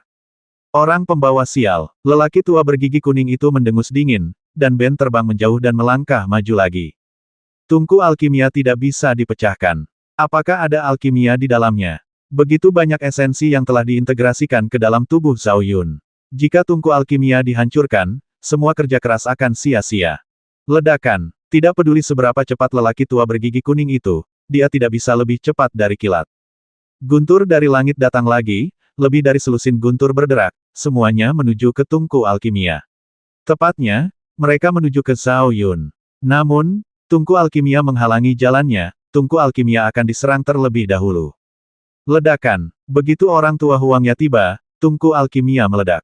Di dunia alkimia, ini disebut ledakan tungku. Entah itu disebabkan oleh kekuatan eksternal atau pengoperasian yang tidak tepat, tungku alkimia besar ini memang meledak, disertai pecahan puing yang berterbangan, dan lapisan lingkaran cahaya hitam digunakan sebagai dari pusat, menyebar ke segala arah, dan kekuatannya cukup mendominasi.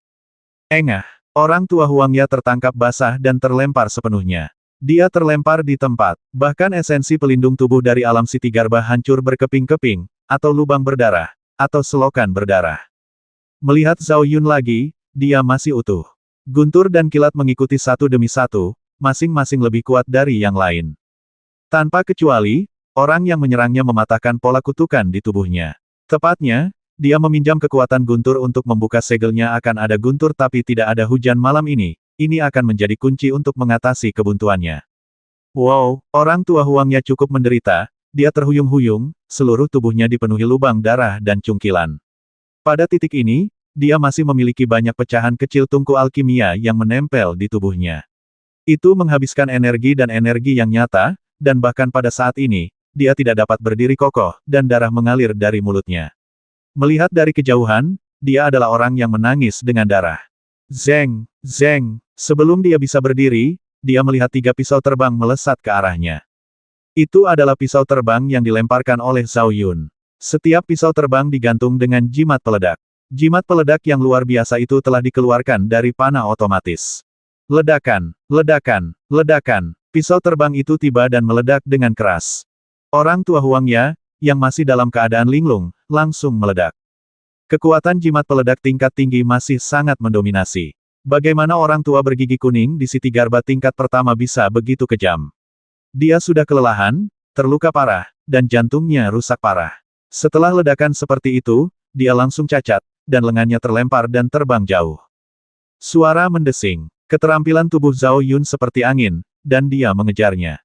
Sementara penyakitnya membasminya, lelaki tua Huangya berada di akhir kekuatannya. Sebelum lawannya terjatuh, dia meraih salah satu kakinya. Teknik rahasia melempar orang bisa digunakan di mana saja, dan dia mampu menahan 1/2 tubuhnya, yang dalam keadaan hancur, terpana olehnya. Bagaimana mungkin? Orang tua bergigi kuning itu tidak percaya, matanya menonjol dan pupil matanya menegang. Dia berada di alam Siti Garba. Tanda seru. Mereka semua menghindari petir, tapi seorang seniman bela diri kecil benar-benar bisa menyerap guntur dari langit. Keterampilan macam apa ini? Yang konyol adalah dia sampai sekarang tidak tahu bahwa Zhao Yun lah yang memicu guntur, menghancurkan tungku alkimia, melukainya dengan parah, dan membuka segel pola kutukannya. Pada saat ini, bahkan musuhnya pun harus memuji Zhao Yun. Perubahan haluan ini, serangan balik yang putus asa ini, sungguh sangat indah. Ledakan. Setelah terkejut, dia melakukan kontak dekat dengan bumi. Energi sejati Zhao Yun bergulir, pinggang dan kudanya menyatu menjadi satu, dan pukulannya cukup kuat. Ah! Orang tua Huangya melolong marah, mengejutkan Zhao Yun dengan momentumnya. Dia berpikiran terbuka, dan terlepas dari penampilannya, dia berbalik dan melompat dari puncak gunung. Lukanya terlalu parah, dan menggunakan energi aslinya dengan gegabah sama saja dengan basmi diri kekuatan dan tidak bisa lagi menahan badai sekecil apapun. Suara mendesing. Tunggangannya, si Goshaok, terbang, mengangkatnya, dan membubung ke langit. Zhao Yun mendengus dingin, segera memanggil Dapeng, dan mengejar Goshaok tersebut ke langit virtual. Beberapa saat setelah keduanya pergi, mereka melihat seseorang sedang mendaki gunung. Itu adalah Feng Wu. Saya khawatir dia tidak bisa menunggu lebih lama lagi dan datang untuk mengambil obat mujarab secara langsung, tetapi dia datang terlambat. Yang dia lihat adalah orang tua bergigi kuning itu tidak terlihat, hanya saja kuil Tao yang runtuh berlumuran darah. Saya tidak tahu apakah lelaki tua Huangya masih hidup, tetapi saya hanya tahu bahwa dia mengalami pertempuran berdarah.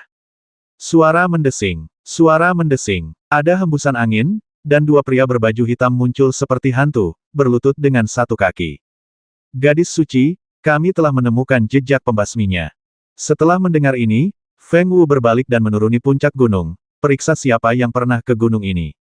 Petik 2. Ada bulan purnama yang tergantung tinggi di langit, cahaya bulan terang dan cerah. Gua, di bawah bulan, burung Rock sangat bersemangat, secepat kilat, mengejar elang sampai mati. Zhao Yun juga tidak diam, memegang pedang Long Yuan di tangannya. Mengejar dan menyapu energi pedang sepenuhnya. Sial, sungguh sial. Orang tua dengan gigi kuning itu mengertakkan gigi dan batuk darah. Bagaimana dia bisa begitu tertekan di alam Siti Garba yang bermartabat? Seperti yang dia katakan, ada begitu banyak orang di dunia yang bisa menjadi pemandu alkimia, tetapi mereka menangkap Zhao Yun. Berdengung. Sambil berbicara, Zhao Yun menyerang dengan pedangnya lagi. Goshok sangat malas sehingga dia tidak melawan Zhao Yun dengan keras, dia menghindar lagi dan melarikan diri dengan sepenuh hati. Inilah yang dimaksud orang tua Huang Ya sangat malu saat ini. Dia sudah cacat dan tidak punya energi. Dengan kekuatan satu pertempuran, jika mereka tertangkap, mereka mungkin benar-benar hancur. Yang paling penting adalah Zhao Yun tidak berada di alam roh sejati yang biasa. Ini adalah pertama kalinya dia mendengar tentang kemampuan menyerap guntur dan kilat, dan jimat peledak tingkat tinggi, yang begitu kuat sehingga dia hanya bisa melarikan diri, tetapi dia harus berlari lebih cepat, pulih, dan kemudian melawan. Suara mendesing. Seekor Goshawk dan Rock, satu demi satu, menggambar dua busur indah di langit, mengejar mereka dari selatan ke utara, dari utara ke barat, dan kemudian berkeliaran dari barat, berjalan sampai ke timur, bahkan Zhao Yun dan lelaki tua Huang Ya tidak tahu kemana mereka terbang. Untungnya, tidak ada seorang pun di malam hari, jadi tidak ada yang terlihat. Jika Anda melihat pemandangan ini, Anda pasti akan menghela nafas. Patung Siti Garba diburu oleh alam roh sejati. Pada titik tertentu, kecepatan Goshawk menurun tajam. Alasannya adalah jimat kecepatan Pak Tua Huang Ya telah habis. Miliknya sudah habis, tetapi Zhao Yun memilikinya, dan masih ada tumpukan di Lord of Rings. Yang satu bertambah dan berkurang, dan jaraknya langsung memendek. Junior, berhati-hatilah dalam segala hal. Orang tua Huang Ya berkata dengan dingin, mungkin dia sangat marah sehingga dia memuntahkan seteguk darah lama lagi. Zhao Yun tidak menjawab, jadi dia menyusul dan mulai bertarung, meninggalkan garis tipis. Ketika Anda ingin menyempurnakan saya menjadi obat mujarab, mengapa Anda tidak berpikir untuk meninggalkan garis tipis? Ini sudah merupakan situasi yang menyedihkan. Dapeng begitu percaya diri hingga ia meningkatkan kecepatannya saat berbicara dan akhirnya berhasil menyusul Goshawk. Mata Zhao Yun bersinar karena terkejut, dan energi pedang menebas dari udara. Goshawk menjerit, dan salah satu sayapnya tercabut oleh energi pedang di tempat, membuatnya tidak bisa terbang dengan mantap. Tidak masalah jika ia tidak terbang dengan selamat, lelaki tua bergigi kuning itu terjatuh. Zeng! Tanpa berpikir panjang, Zhao Yun melompat turun dari punggung Dapeng dan memasang jimat kecepatan. Seperti cahaya yang mengejutkan, pedang itu jatuh dari langit.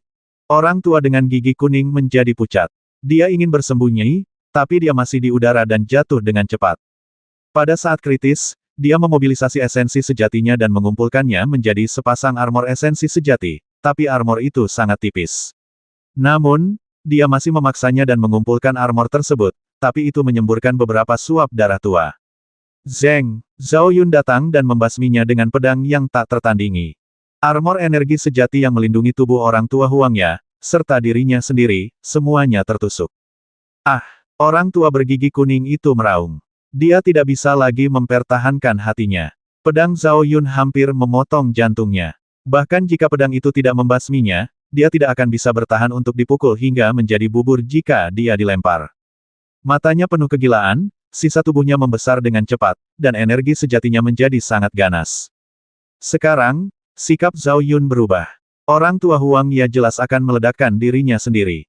Tanpa berpikir panjang, dia mengusir lelaki tua bergigi kuning itu, menggunakan lebih dari selusin jimat gantung dalam sekejap, terbang kembali dan melarikan diri, dan menghancurkan dirinya sendiri di ambang kematian di alam Siti Garba sekuat penghancuran diri dalam keadaan normal. Itu masih cukup mendominasi, dan jaraknya adalah jika dia mendekat, alam spiritual aslinya akan langsung hancur menjadi abu. Dapeng ingin datang, tetapi Zhao Yun dengan paksa mengirimnya kembali ke dunia spiritual. Ayo kita berangkat bersama. Orang tua bergigi kuning itu tersenyum galak dan meledak. Kekuatan penghancuran diri di alam Siti Garba memang luar biasa, dan lingkaran cahaya berdarah memenuhi langit. Zhao Yun memuntahkan darah dan berhasil mengelak tepat waktu, tetapi masih menderita akibatnya. Dia meledakkan dirinya sendiri dan kesadarannya kabur. Telinganya berdengung dan dia tidak tahu seberapa jauh dia terlempar ke udara. Ledakan, ledakan, hutan pegunungan yang gelap di bawah bulan tidak damai. Ada suara gemuruh yang terus-menerus, potongan-potongan pohon kuno tumbang, dan potongan-potongan kerikil beterbangan di langit. Terjadilah perkelahian, perkelahian antara dua wanita. Di satu sisi, rambutnya acak-acakan, energi dan darahnya keras, dan ada sepasang sayap ilusi di punggungnya. Dilihat dari pergelangan tangan dan pergelangan kakinya, masih ada belenggu yang putus. Jika Zhao Yun ada di sini, dia pasti akan mengenalinya, bukan Yulan. Tepatnya, Yulanlah yang sedang mengamuk. Benar sekali, bulan purnama malam ini, dan kamu dapat mengetahui dengan melihat belenggu di pergelangan tangan dan pergelangan kakinya bahwa dia pasti sudah gila lagi. Rantai besi belum mengurungnya, dan dia telah menjadi ibel besar yang tidak mengurungnya, tidak mengenali kerabatnya. Melihat orang di seberangnya, dia juga cukup aneh. Rambutnya berlumuran darah, ada garis ajaib yang terukir di antara alisnya, dan ada kata kebencian yang terukir di dahinya telah diukir, dan darah masih mengalir keluar. Dia lebih kejam dari Yulan, dan energi serta darah yang mengalir di sekelilingnya semuanya adalah ibel yang berputar. Berbeda dari Zhao Yun, dia pasti telah dibersihkan dari garis keturunannya, dan dia mungkin juga mempraktikkan keterampilan sihir yang buruk. Mungkin karena keterampilan itulah dia kehilangan akal sehatnya dan menjadi seorang master yang tidak diakui oleh kerabatnya. Jika Zhao Yun ada di sini, dia pasti akan mengenalinya, bukan Feng Wu. Di tengah malam, kedua gadis ini benar-benar bersenang-senang, berkelahi di alam pegunungan. Sebenarnya, ini bukan suatu kebetulan, Yulanlah yang bersembunyi di pegunungan untuk bertahan dari kegilaan di malam bulan purnama. Feng Wu lah yang membawa orang untuk dibasmi. Dia masih ingat balas dendam atas pembasmian malam itu dan datang ke Yulan untuk menyelesaikan skor. Namun, saat mereka dipukuli, Yulan mengamuk, dan semua bawahannya terbasmi kecuali dia. Dia tidak punya pilihan selain mengaktifkan metode terlarang. Su terlalu sombong, dan satu orang yang ceroboh benar-benar menghapus pikirannya. Mereka semua perempuan, yang satu kehilangan akal sehatnya dan melarikan diri, yang lain menjadi gila, keduanya tidak sadarkan diri, dan keduanya tidak mengakui kerabatnya. Pertarungan sengit, dan sikapnya tidak akan berakhir sampai yang lain pestanya dirobohkan. Alasan mengapa hutan pegunungan yang subur ini berantakan, berkat mereka berdua. Ledakan. Selama pertempuran, sesosok tubuh berdarah jatuh dari langit. Itu adalah Zhao Yun. Dia telah terbang melintasi langit untuk waktu yang tidak diketahui, sampai dia jatuh seperti layang-layang dengan talinya putus di atas hutan pegunungan karena banyaknya gunung dan hutan. Tanaman merambat menghalangi kejadewannya, kalau tidak dia akan terlempar sampai mati. Gemuruh itu mereda. Karena dia, perang juga berhenti. Baik Feng Wu dan Yulan berhenti. Pada saat yang sama, mereka dengan kaku memutar leher mereka, menatap Zhao Yun kejam, tanpa pikiran jernih, dia tidak mengenali Zhao Yun. Mereka belum bangun, tapi Zhao Yun sudah bangun. Mereka tidak mengenalinya, tetapi Zhao Yun mengenalinya, dan dia tercengang saat melihatnya. Apakah ini anggrek? Apakah ini tarian Phoenix? Apakah mereka berdua sedang berperang? Zhao Yun yang masih sedikit pusing merasa sedikit bingung sejenak. Saya sudah lama tidak bertemu dengannya, dan saya tidak pernah membayangkan bahwa kami akan berada dalam situasi seperti ini ketika kami bertemu lagi. Ada begitu banyak kebetulan di dunia ini, namun kejadian ini membuatnya lengah. Ledakan, ledakan. Sebelum Zhao Yun sempat bereaksi, Yulan bergerak, begitu pula Feng Wu. S** sebelumnya berjalan lancar. Pada saat ini, mereka berdua memiliki pemahaman diam-diam, dan mereka semua menyerang Zhao Yun. Langkah ini sepertinya menggambarkan sebuah moral kita semua sudah gila, jadi mari kita basmi diri dulu, dan kemudian terus berjuang setelah kita selesai. Zeng, Zhao Yun buru-buru mengumpulkan perhatiannya dan menarikan Long Yuan sekuat yang dia bisa untuk memblokir energi pedang Yulan. Namun, dia ditampar oleh Feng Wu. Dia tidak melihatnya selama beberapa hari. Gadis dengan kata benci terukir telapak tangannya cukup kuat. Berhenti. Zhao Yun memuntahkan darah dan mundur, menginjak langkah Dewa Angin, menghalangi sisi dan melarikan diri. Sampai hari ini, saya masih tidak tahu mengapa mereka ada di sini atau mengapa mereka bertengkar. Dia tidak terkejut sama sekali terhadap Yulan. Malam ini bulan purnama, jadi wajar jika dia mengamuk. Feng Wu, sebaliknya, menjadi seperti ini sejak dia pergi malam itu. Tidak, itu tidak benar. Itu mungkin karena dia telah mempraktikkan semacam keterampilan ibel sehingga dia bahkan tidak bisa mengendalikannya. Dia kehilangan akal sehatnya dan menjadi gila. Itu mungkin terkait dengan garis keturunannya, garis keturunan yang mendominasi. Ini tidak lagi penting. Yang penting kedua gadis ini harus menghadapinya. Dia telah melihat betapa kuatnya Yulan yang mengamuk. Feng Wu yang dirasuki kegilaan bukan hanya untuk pamer, aura kekerasannya tidak lebih lemah dari Yulan. Dengan cedera seriusnya saat ini, itu sudah cukup untuk memukul salah satu dari mereka, apalagi 2 lawan 1. Yulan, Feng Wu, bangun. Seru Zhao Yun sambil terbang menjauh. Aku tahu kalian berdua punya dendam, jadi carilah tempat untuk bertarung. Mengapa kamu memukuli saya? Saya menyelamatkan hidup Anda berdua, bagaimana cara membalas dermawan Anda? Tidak apa-apa jika dia tidak berbicara, tetapi ketika dia membuka mulut, serangan kedua pria itu menjadi lebih sengit. Zhao Yun menggertakkan giginya dan dalam sekejap dengan paksa membuka tubuh Qilin dan jalan Ibel. Ledakan, ledakan, ledakan. Kali ini, hutan pegunungan yang gelap menjadi lebih hidup. Dulunya ada 2 orang yang berkelahi, tetapi sekarang menjadi 3 orang yang berkelahi. Yang satu adalah Ibel Qilin, yang satu kehilangan akal sehatnya dan mengamuk, dan yang lainnya dalam keadaan obsesi, semuanya tidak normal. 2 dari mereka tidak mengenali kerabatnya, sementara yang lain berpikiran jernih dan bertarung dengan kecepatan penuh. Engah, engah. Zhao Yun mengalami pendarahan terus-menerus, dan tubuhnya berlumuran darah. Apa yang dia harapkan tidak buruk. Dalam pertarungan 1 lawan 2, dialah yang ditekan dan dikalahkan. Ini bukanlah kompetisi. Baik Feng Wu dan Yulan datang ke sini untuk membasmi orang. Setiap kali secercah darah seperti racun yang membuat ketagihan bagi mereka berdua. Yulan dan Feng Wu berada dalam kondisi sehingga tidak ada bekas darah. Keenam kerabatnya tidak mengakuinya dan menjadi tuan pembasmi, dan Zhao Yun adalah mangsanya. Bangun! Teriak Zhao Yun. Apa yang ditanggapinya adalah serangan sembarangan dan pengejaran tanpa henti dari kedua wanita tersebut. Betapapun kuatnya dia, pada saat ini, dia pasti memiliki keinginan untuk memarahi ibunya. Setelah meninggalkan kota terlupakan, ada lubang di mana-mana. Saya baru saja melarikan diri dari tungku alkimia, dan baru saja mengalami penghancuran diri dari Siti Garba. Darah di sekujur tubuh saya belum sembuh, ketika saya menabrak keduanya, dan terluka lagi. Hal yang memalukan adalah semakin banyak dia menelepon, semakin keras mereka bertarung. Zhao Yun tidak ingin melawan dan melarikan diri. Dia harus melarikan diri, dan dia harus mempertaruhkan nyawanya untuk melarikan diri.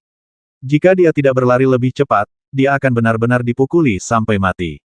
Pernikahan di dalam kubur sangat berbahaya, dan pemurnian tungku alkimia sangat berbahaya, tapi dia telah melarikan diri. Jika dia ada di sini, itu tidak masuk akal. Membalas budi berkali-kali lipat. Dia tidak tahan melihat kedua gadis ini membalas kebaikan mereka. Tidak apa-apa jika Anda tidak tahan. Semua talenta dipilih 1 dari sejuta, dan mereka bertemu 2 sekaligus. Zeng, saat dia berbicara, Feng Wu datang lagi. Dia tidak tahu jenis keterampilan apa yang telah dia latih. Pedang ajaib di tangannya diukir dengan pola ajaib menstabilkan tubuhnya. Yulan datang untuk membasminya lagi. Telapak tangan itu keras dan mendominasi, mengenai tulang-tulang di tubuh Zhao Yun dengan suara berderak. Ledakan, ledakan. Zhao Yun Qiang menahan lukanya dan memukul mundur Feng Wu dengan 1 pukulan dan Yulan dengan 1 telapak tangan. Pada saat yang sama, dia melemparkan lebih dari selusin jimat petir, menyebabkan mata indah kedua wanita itu menjadi gelap. Suara mendesing. Zhao Yun berbalik dan lari, tersandung saat dia melarikan diri. Di belakangnya, 2 tuan, yang tidak pernah mereka kenali sebagai saudara, mengejar mereka dengan nyawa mereka. 1 melarikan diri dan 2 lagi dikejar, benar-benar membingungkan hutan. Bulan sedang purnama, dan pemandangan yang seharusnya romantis justru terlihat sangat berdarah di sini. Bangun! Teriakan Zhao Yun tidak berhenti sepenuhnya. Dia sangat menderita saat ini, seluruh tubuhnya berlumuran darah, dan dia berlumuran darah. Bahkan jika dia membuka tubuh Qilin, bahkan jika dia diberkati dengan jalan Ibel, dia tetap berada dalam posisi yang dirugikan. Bukan karena dia tidak cukup kuat, tapi 2 orang di belakangnya yang terlalu menakutkan. Ada beberapa saat ketika dia hampir terpaksa menggunakan jimat peledak tingkat tinggi. Jika dia tidak meledakkan semuanya di langit, dia tidak akan mengingatnya untuk waktu yang lama. Setelah jimat peledak tingkat tinggi digunakan, dia akan terbasmi atau terluka. Jika itu benar-benar meledak, itu akan benar-benar membuat Yulan dan Feng Wu menjadi abu. Ledakan, ledakan, ledakan. Serangan Yulan dan Feng Wu terus berlanjut. Orang bilang kalau saudara yang bekerja sama bisa memotong logam. Kalimat ini sepertinya juga berlaku untuk saudara perempuan. Sekarang mereka adalah saudara perempuan yang baik. Ketika Zhao Yun datang, mereka berdua bertarung habis-habisan dari selatan ke utara, mereka berdua sama baiknya satu sama lain. Mereka sepertinya lepas kendali, mengejarnya sampai mati, dan begitu mereka menyusul, mereka akan memukulinya sampai mati. Pikir mereka punya dendam terhadap Zhao Yun karena membasmi ayahnya. Pengejaran dan pelarian berlangsung hampir sepanjang malam. Entah kapan berakhir dengan suara air jatuh. Jalur ibel Zhao Yun menghilang dan jatuh ke dalam sungai yang mengalir. Amukan frustrasi Yulan juga berangsur-angsur mereda karena berakhirnya malam yang diterangi cahaya bulan secara bertahap. Dia terhuyung dan jatuh ke sungai terendam ombak akibat datangnya batas waktu hukum terlarang. Malam yang gelisah akhirnya kembali tenang. Di bawah sinar bulan malam, ketiga orang yang bertempur dalam huru-hara itu tampak seperti daun rumput bebek, berkeliaran di sungai, mengambang kemanapun air mengalir. Jika Dewa Bulan bangun, akan ada desahan, dan aku tidak tahu apakah itu dendam atau takdir. Tiga orang yang bersatu kembali berada dalam situasi yang memalukan. Muridnya bijaksana sepanjang hidupnya, tapi dia tetap tunduk oleh kedua gadis itu. Itu juga karena kondisi Zhao Yun yang buruk, dia mengalami kehancuran diri di alam Siti Garba dan menderita luka dalam di sekujur tubuhnya. Bagaimana dia bisa menyalahkan Yulan yang mengamuk dan Feng Wu yang menjadi gila jauh? Di antara level yang sama, saya khawatir tidak ada yang bisa menahan serangan Yulan dan Feng Wu. Air sungai diwarnai darah karena mereka bertiga. Mereka tidak bangun selama 3 hari 2 malam. Mungkin mereka semua terluka parah. Cahaya pagi yang hangat dan damai. Ketiganya cukup beruntung bisa diselamatkan oleh warga desa nelayan. Ini adalah desa kecil yang dikelilingi pegunungan dan sungai, seperti surga, tenang dan nyaman. Dari kejauhan terlihat para petani memegang cangkul dan bekerja di ladang kain. Yang paling lincah, mereka masih bayi kecil, bermain di rumput dengan langkah kecil yang sempoyongan, dan cekikikan kekanak-kanakan mereka terus berlanjut. Zhao Yun, Yulan dan Feng Wu diselamatkan dari desa ini. Di dalam rumah yang terbuat dari batu, terdapat sebuah ranjang batu, dan mereka bertiga berbaring di atasnya. Saya tidak tahu siapa yang menyelamatkan mereka, tetapi penempatannya sangat khusus. Zhao Yun tidur di tengah, sementara Yulan dan Feng Wu tidur di sisi kiri dan kanan, satu di setiap sisi. Ini mungkin bagaimana teman tidur legendaris itu muncul. Melihat ke depan tempat tidur, ada deretan kepala kecil yang rapi. Mereka semua adalah bayi kecil di desa. Ini pertama kalinya mereka melihat orang luar. Mereka semua menggigit lidah, penuh kebaruan dan rasa ingin tahu. Seikat melon, pergilah keluar. Seorang lelaki tua masuk dengan tongkat dan membawanya keluar satu persatu. Sebelum keluar, lelaki tua itu melirik ketiga orang di tempat tidur dengan mata aneh.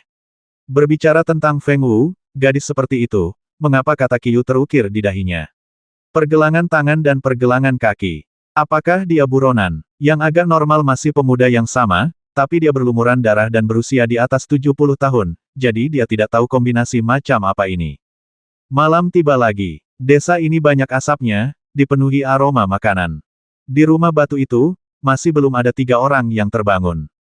Yulan dan Feng Wu baik-baik saja, tetapi Zhao Yun, sebaliknya, mengeluarkan darah dari sudut mulutnya, dan ada sedikit kesedihan di antara alisnya, dia akan dinonaktifkan. Merefleksikan cahaya lilin yang redup, Yulan perlahan membuka matanya karena bingung. Tanpa urutan tertentu, Feng Wu memandang atap dengan bingung. Ketika mereka sadar kembali, mereka berdua tiba-tiba duduk, menatap Zhao Yun, lalu saling memandang. Saat ini, tidak satu pun dari mereka yang bergerak. Sesaat kemudian, kedua gadis itu bertemu sebagai musuh dan menjadi sangat cemburu.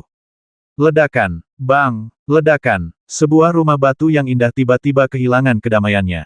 Didengar dari luar, banyak sekali gemerincing lonceng di dalam rumah yang sangat berisik, seolah-olah ada perampok yang masuk ke dalam rumah dan merampoknya. Meja, kursi, bangku, teko, cangkir, panci dan wajan semuanya rusak di lantai. Ledakan, ketika penduduk desa tiba, ada lubang besar di atapnya. Yulan dan Feng Wu keluar satu demi satu dan bertarung di atap. Hal yang paling memalukan adalah Zhao Yun, dia bangun terlambat belasan saat dan mengalami bencana besar. Tepat ketika dia membuka matanya, dia bahkan tidak punya waktu untuk mengambil nafas, dan bahkan sebelum dia membuka matanya sepenuhnya, dia melihat sebuah balok batu. Kemudian dia menghancurkannya, dan papan itu menghantam kepalanya tepat. Tadinya aku lemas dan pusing, tapi setelah dipukul seperti ini, aku tertidur lagi. Pria legendaris yang tertembak bahkan saat berbaring sedang membicarakannya. Tetapi pertempuran di atap tidak berhenti karena dia pingsan. Feng Wu sangat marah dan memiliki niat membasmi yang dingin. Energi dan darah Yulan meningkat, dan aura jahatnya juga sangat kuat, dengan postur yang tidak pernah berakhir. Mereka semua adalah kenalan Zhao Yun, mengapa mereka mulai berkelahi begitu bertemu? Jelas sekali, kedua orang itu pasti memiliki dendam lain yang tidak diketahui, setidaknya Zhao Yun tidak mengetahuinya. Tidak peduli dia menyadarinya atau tidak, yang penting rumah batu itu tiba-tiba runtuh. Zhao Yun, yang masih tidur, terkena balok dan terkubur di bawah rerun dewa. Untungnya, Yulan dan Feng Wu tidak mengetahui bahwa itu adalah Zhao Yun. Berhenti berkelahi, jangan berkelahi. Itu adalah lelaki tua yang sama yang menggunakan kruk yang memanggil dari kejauhan, ingin melangkah maju untuk menghentikan pertarungan. Namun, keduanya begitu kuat sehingga menakutkan, orang biasa, berani ikut campur. Entah kenapa dia mati. Penduduk desa lainnya juga ketakutan. Pria itu ada di depan, menghalangi wanita dan anak-anak di belakangnya aku. Bagaimana kedua gadis yang kelihatannya lemah ini bisa begitu kuat? Pohon-pohon besar di sekitar rumah batu itu ditebang satu persatu oleh energi pedang. Setiap orang dari Rashomon pantas mati. Feng Wu mendengus dingin, matanya yang jernih dan indah berwarna merah darah, seolah dia mengabaikan panggilan penduduk desa. Hancurkan Qingling suku, dan selesaikan dendam lama dan baru bersama-sama. Geram Yulan dingin. Dia tampaknya lebih marah daripada Feng Wu. Feng Wu mengabaikan panggilan penduduk desa, dan dia juga mengabaikannya. Dia masih hidup dan bersemangat, dan serangannya sangat ganas. Ledakan, ledakan, ledakan. Perang menjadi semakin sengit, dan mereka menjadi ahli dalam pembongkaran rumah, bertempur kemanapun mereka pergi. Karena mereka, desa kecil itu menderita, dan satu demi satu rumah batu runtuh. Siapapun yang menikahi keduanya tidak akan pernah bisa hidup damai lagi. Makna inilah yang terwakili di mata penduduk desa. Yang tidak terselamatkan dan terkubur di bawah rerun dewa adalah suami mertuanya, tapi mereka berpikiran tunggal. Mari kita kesampingkan perang dan jadilah keluarga yang baik dan berperang sesukamu. Feng Wu mengerutkan kening dan mencium aura pembasmi lainnya, menuju ke sini. Menurutnya, itu pasti pembasmi Rashomon. Kalau 2 lawan 1, lebih baik pergi lebih awal. Suatu hari nanti, aku akan mengambil nyawamu. Gadis ini dapat melihat dengan jelas, seperti bayangan hitam yang berlari ke dalam hutan dan menghilang. Yulan ingin mengejarnya, tapi dia mengambil satu langkah ke depan dan mengeluarkan seteguk darah. Dia hanya fokus bertarung, melupakan luka-lukanya. Tanpa lawannya, dia menghembuskan nafas yang kuat dan terhuyung. Suara mendesing. Segera, ada angin kencang, dan seorang pria berjubah hitam datang seperti hantu. Feng Wu berharap itu benar. Dia benar-benar pembasmi Rashomon, dan tingkat kultivasinya bahkan lebih baik daripada Yulan. Yulan, mudah sekali, bagiku menemukanmu. Pria berjubah hitam itu tersenyum tipis, matanya bersinar hijau. Jika kamu datang lebih awal, kamu tidak akan membiarkan dia melarikan diri, kata Yulan dingin. Aku datang ke sini hanya untuknya. Pria berjubah hitam berkata dengan tenang, misi untuk membasminya telah dibatalkan. Dibatalkan. Ada misi lain yang ditugaskan padamu dari atas, selembar kertas di tangannya. Yulan mengulurkan tangannya untuk mengambilnya. Setelah membacanya, dia sedikit mengernyit, sekte Xia yang hebat. Semuanya telah diatur untukmu. Dimengerti? Kata Yulan dengan tenang, embusan api masih ada di ujung jarinya, membakar kertas itu. Zeng, pria berjubah hitam menghunus pedang pembasminya, menjilat lidah merahnya, dan berjalan menuju penduduk desa. Melihat postur tubuhnya, dia jelas ingin membantai desa untuk mencegah beberapa rahasia diketahui orang lain. Mereka semua adalah orang biasa. Yulan mengambil langkah cepat dan berjalan mengelilingi pria berbaju hitam itu. Kamu sangat pembasmi, tapi kamu masih mengasihani semut. Pria berjubah hitam itu tersenyum, dengan sudut mulutnya sedikit terangkat. Apakah kamu mengajariku bagaimana melakukan sesuatu? Nada suara Yulan menjadi lebih dingin. Kamu telah berubah. Pria berjubah hitam itu tersenyum pelan, tapi masih menyingkirkan pedang pembasminya dan berbalik. Setelah dia pergi, Yulan menyeka darah dari sudut mulutnya, dan dengan jentikan tangannya, dia menyedot Zhao Yun keluar dari rerun dewa. Dia hanya meraih kerah Zhao Yun dan mengangkatnya ke udara dan sekali lagi untuk memastikan bahwa dia tidak mengenali orang ini, tetapi ada perasaan familiar pada pemuda ini, seolah-olah dia pernah melihatnya di suatu tempat sebelumnya. Setelah menonton lama, dia meletakkan Zhao Yun dan menghilang ke dalam kegelapan. Sebelum pergi, dia juga menjatuhkan tas uang, yang ditinggalkan untuk penduduk desa. Artinya jelas gunakan untuk memperbaiki rumah. Apa yang dikatakan pria berjubah hitam itu benar. Dia memang telah berubah. Pada malam bulan purnama, seorang pria bernama Zhao Yun tidak hanya memberinya 1 inci cahaya, tetapi juga membangkitkan sedikit kebaikan dalam dirinya jika sebelumnya, dia mungkin akan membantai desa tanpa pria berjubah hitam mengambil tindakan. Ayahku terpaksa mati dan ibuku dibawa pergi. Kamu pasti sangat patah hati. Dalam kegelapan, Yulan bergumam pada dirinya sendiri. Kata kamu di mulutnya secara alami mengacu pada Zhao Yun keluarga, misi Naihe diburu, dan dia masih belum mengunjungi kota kuno. Cepat, selamatkan orang-orang. Penduduk desa masih sangat baik hati dan buru-buru membawa Zhao Yun pergi. Setelah kejadian ini, saya benar-benar memahami bahwa kedua wanita dan satu pria ini jelas bukan orang yang sama. Sakit sekali, di sekujur tubuhku. Zhao Yun terlihat sangat kesakitan dalam tidurnya, dan dia tidak tahu apakah dia terluka atau dipukul. Dalam hidup ini, saya sangat senang bisa menjalin ikatan dengan orang-orang tertentu. Keesokan harinya, cahaya fajar menyinari desa pegunungan. Zhao Yun akhirnya terbangun. Dia sangat lemah. Dia melihat ke arah ruangan selama 3-5 detik sebelum dia perlahan duduk. Dia menutupi dadanya dengan satu tangan dan terbatuk-batuk dengan keras. Hanya ketika dia sadar kembali dia ingat sebelumnya, dia ditangkap oleh lelaki tua Huang Ya untuk membuat alkimia, dia meledakkan dirinya sendiri, dikejar oleh Yulan dan Feng Wu, dan jatuh ke sungai yang panjang terjadi setelah itu. Saudaraku, kamu sudah bangun. Di luar kamar, seorang gadis berpakaian hijau masuk sambil memegang semangkuk sup di tangannya. Terima kasih, Nak, atas penyelamatannya. Bukan aku, melainkan pamanku yang menyelamatkanmu. Saya bukan satu-satunya yang diselamatkan. Ya, ada 2 kakak perempuan cantik yang telah pergi. Pertarungan sengit tadi malam. Mereka benar-benar mulai berkelahi ketika mereka bertemu. Dada lagi, seperti yang bisa Anda bayangkan gambar itu. Keduanya pergi, yang membuktikan bahwa mereka tidak mengenalinya dan dia telah mengubah penampilannya. Apa yang kamu alami setelah pergi malam itu? Zhao Yun bergumam, dan dia berbicara tentang Feng Wu. Selama pertarungan dengannya, dia melihatnya dengan sangat jelas berubah, dan keadaan obsesinya tidak lemah sama sekali. Yulan, yang kehilangan akal sehatnya dan melarikan diri, jika bukan karena ini, dia tidak akan dipukuli seburuk itu. Kakak, gadis berbaju hijau itu memanggil dan menyerahkan supnya.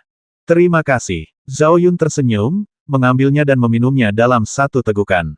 Ramuan biasa tidak bisa menyembuhkan luka-lukanya, jadi dia harus mengandalkan dirinya sendiri untuk segalanya. Namaku Ruo Shui. Kakak, telepon aku jika kamu butuh sesuatu. Gadis berbaju hijau itu tersenyum, berbalik dan berjalan keluar kamar. Ruo Shui, nama yang bagus sekali. Kata Zhao Yun, memaksakan dirinya untuk duduk bersila dan memasukkan segenggam pil ke dalam mulutnya. Dia juga meminum beberapa teguk cairan spiritual, dan kemudian dia memulai pencucian sumsum dan penggantian tendon meridian, dan tubuhnya berderak. Metode pemurnian tubuh memiliki efek ajaib dalam penyembuhan bekas luka. Sedangkan untuk luka dalam, tidak bisa disembuhkan dalam waktu singkat. Duduk ini adalah 1 hari. Ketika bulan cerah sedang tinggi, Zhao Yun berdiri, membuka pintu, dan melihat pegunungan. Desa itu dibangun di atas pegunungan, dan ada sungai panjang yang melintasinya lebih damai dan tenteram. Dia menutup matanya dan memasuki gunung. Tidak lama kemudian, saya mendengar jeritan binatang buas. Ketika dia keluar lagi, dia membawa seekor nangui hutan besar di punggungnya. Apakah ini bagus? Itu adalah orang tua yang sama yang memandang Zhao Yun dari atas ke bawah. Dia tidak bisa menyembunyikan keterkejutannya. Menurutnya, cedera Zhao Yun sangat menyedihkan sehingga dia mungkin akan menjadi cacat baru 1 malam. Sekarang saya bisa bangun dari tempat tidur dan berjalan-jalan, dan bahkan pergi ke pegunungan dan membasmi binatang buas. Sepertinya daging bisa dimakan di desa malam ini. Tapi ketika aku memikirkannya, aku merasa lega. Pria di depannya jelas bukan orang biasa, dia pasti seorang ahli bela diri. Wow, baunya enak sekali. Lebih dari selusin panci besi besar dipasang, merebus daging yang harum. Sekelompok anak kecil ngiler melihatnya. Penduduk desa juga sering berburu, tapi jarang memanen apapun, mereka tidak bisa dibandingkan dengan Zhao Yun. Setelah makan enak, Zhao Yun naik ke puncak gunung. Cahaya bulan cukup cerah malam ini, dan peti mati batu giok telah dikeluarkan, mandi di bawah sinar bulan berbintang, seperti mimpi, tetapi Liu Ruxin masih belum menunjukkan tanda-tanda akan bangun. Dewa bulan saat mundur, dia harus mencari seseorang untuk menyelamatkannya. Ada banyak ahli di Tianzong, jadi mereka mungkin punya cara. Dengan diam-diam mengumpulkan pikirannya, dia melihat ke dalam dantiannya. Dia ditangkap oleh orang tua Huang Ya untuk membuat ramuan. Dia memiliki keberuntungan. Selain melelehkan banyak esensi dan esensi, hal yang paling menyenangkan adalah Xuan Huang Qi dipercepat. Dia bekerja lebih keras, dan setelah beberapa pengorbanan dan penyempurnaan lagi, Xuan Huang Qi akan digunakan sepenuhnya olehnya. Lakukan saja. Di bawah bulan, energi sejati dalam dantiannya berguling, menenggelamkan energi hitam dan kuning, dan guntur serta kilat merobeknya di dalam. Dengan energi sejati yang terus-menerus ditempa, dia hanya bisa menggunakan energi hitam dan kuning sebagai senjata, sampai benar-benar disempurnakan, itu akan menjadi nyata. Dengan pahala yang sempurna, itu akan menjadi senjata yang sangat mendominasi di masa depan. 3 hari berlalu dengan tenang. Selama 3 hari, dia tidak bergerak sama sekali, hanya berkonsentrasi pada pengorbanan. Tanpa mengganggu penduduk desa, mereka akan melihat ke puncak gunung setiap kali meninggalkan rumah. Zhao Yun tertutup asap dan awan, terutama di malam hari, ketika cahaya bersinar di senja hari, dia tampak seperti dewa. Kerja keras membuahkan hasil. Pada malam hari keempat, seberkas cahaya melesat ke langit dari linggai milik Zhao Yuntian. Tiba-tiba, langit dipenuhi cahaya, dan muncullah pemandangan yang menjulang, seolah-olah seseorang bisa melihat gunung-gunung dan sungai-sungai besar. Untunglah penduduk desa sudah tertidur, jika mereka melihatnya, mereka pasti akan bersujud dan berlutut untuk berdoa untuk kedamaian. Namun penglihatan itu berjalan secepat kedatangannya. Zhao Yun telah membuka matanya dan berdiri. Sambil berpikir, dia memanggil Xuan Huang Qi. Itu telah sepenuhnya disempurnakan dan telah sepenuhnya menjadi miliknya. Dia merasa sangat intim. Itu terbang bolak-balik di sekelilingnya kembali. Di dantian, itu seperti pelangi ilahi, berkeliaran di lautan energi sejati. Saya tidak tahu seberapa kuatnya itu, kata Zhao Yun sambil mengatupkan jari-jarinya, dia mengambil langkah berani ke depan dan menunjuk ke batu di depannya. Energi hitam dan kuning keluar dari sela-sela jari-jarinya, seperti petir, secepat kilat, dengan daya tembus. Klik, sebuah lubang tiba-tiba muncul dari batu besar yang keras. Tidak buruk, Zhao Yun tidak bisa menahan senyum, dan mengingat energi hitam dan kuning, yang tertinggal di ujung jarinya. Jangan meremehkan pancaran energi ini. Ini sangat mematikan, dan pengorbanannya selama berhari-hari. Tidak terjadi satu-satunya lalat dalam salep adalah bahwa dia adalah orang baik. Itu terlalu rendah, bahkan menekan Xuan Huang Qi, seperti ditekan oleh guntur. Ketika dia mencapai puncak budidayanya, dia bisa menggunakannya untuk membelah gunung. Gadis kecil, keluarlah. Zhao Yun menenangkan diri dan mengambil sebotol anggur. Begitu dia selesai berbicara, dia melihat kepala kecil muncul dari balik batu tidak jauh dari sana. Dia berjalan keluar dengan takut-takut. Itu adalah gadis berbaju hijau bernama Ruo Shui dan energi kuning, dan penduduk desa tidak mengganggunya, hanya saja dia datang setiap hari, bersembunyi di balik batu dan mengintip.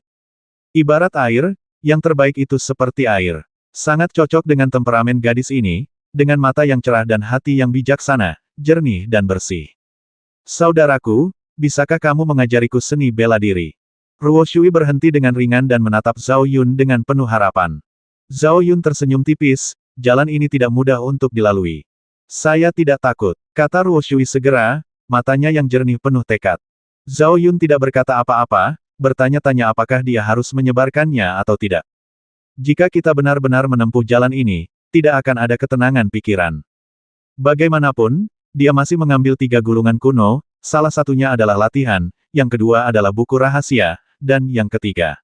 Semua pengalaman kultivasi dipilih secara khusus olehnya untuk Ruo Shui. Gadis kecil ini memiliki kualifikasi yang sangat baik dan merupakan seorang praktisi yang baik.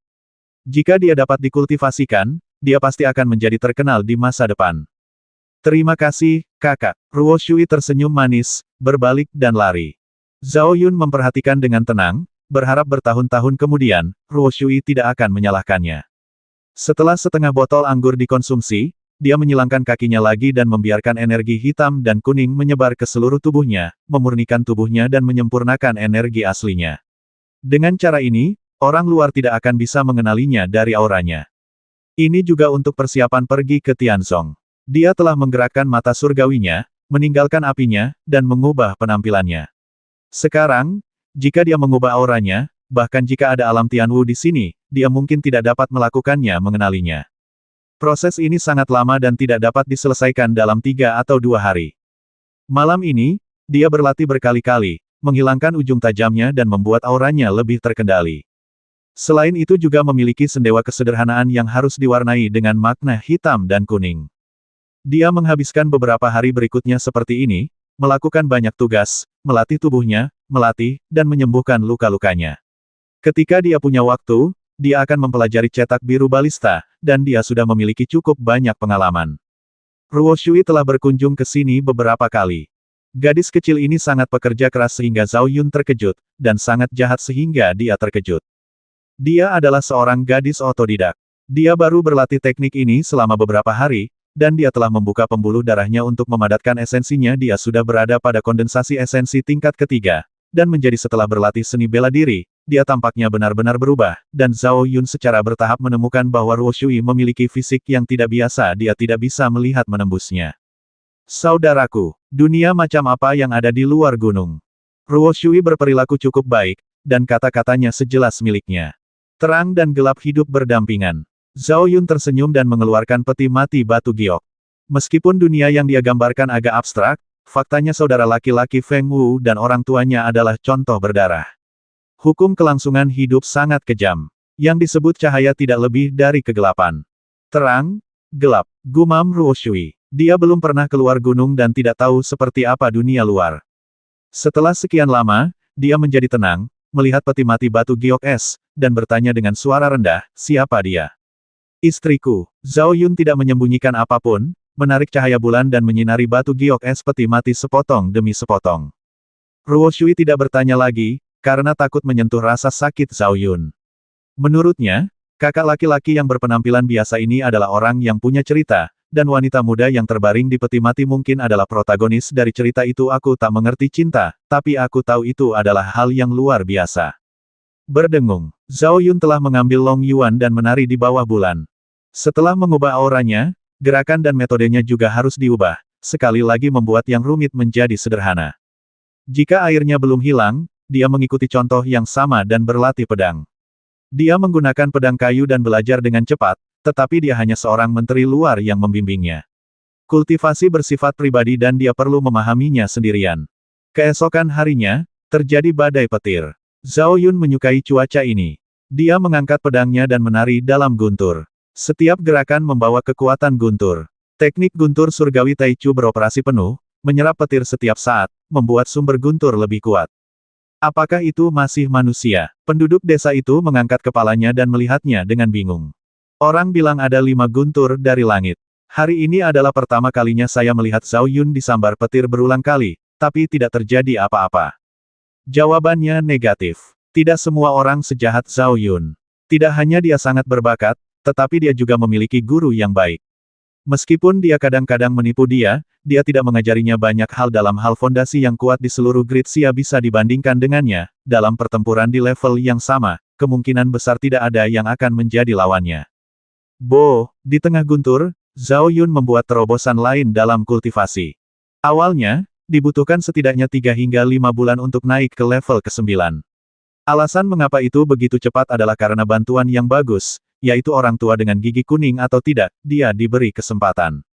Dia adalah tangan yang baik. Jika dia tidak memurnikan begitu banyak bahan dan esensi alkimia ke dalam tubuh Zhao Yun, dan kemudian membakar tubuhnya, Zhao Yun akan maju begitu cepat. Tentu saja, badai petir ini juga merupakan sebuah peluang. Hujan deras terjadi sepanjang hari dan sepanjang malam. Saat hujan reda, langit dipenuhi bintang dan udara sangat segar.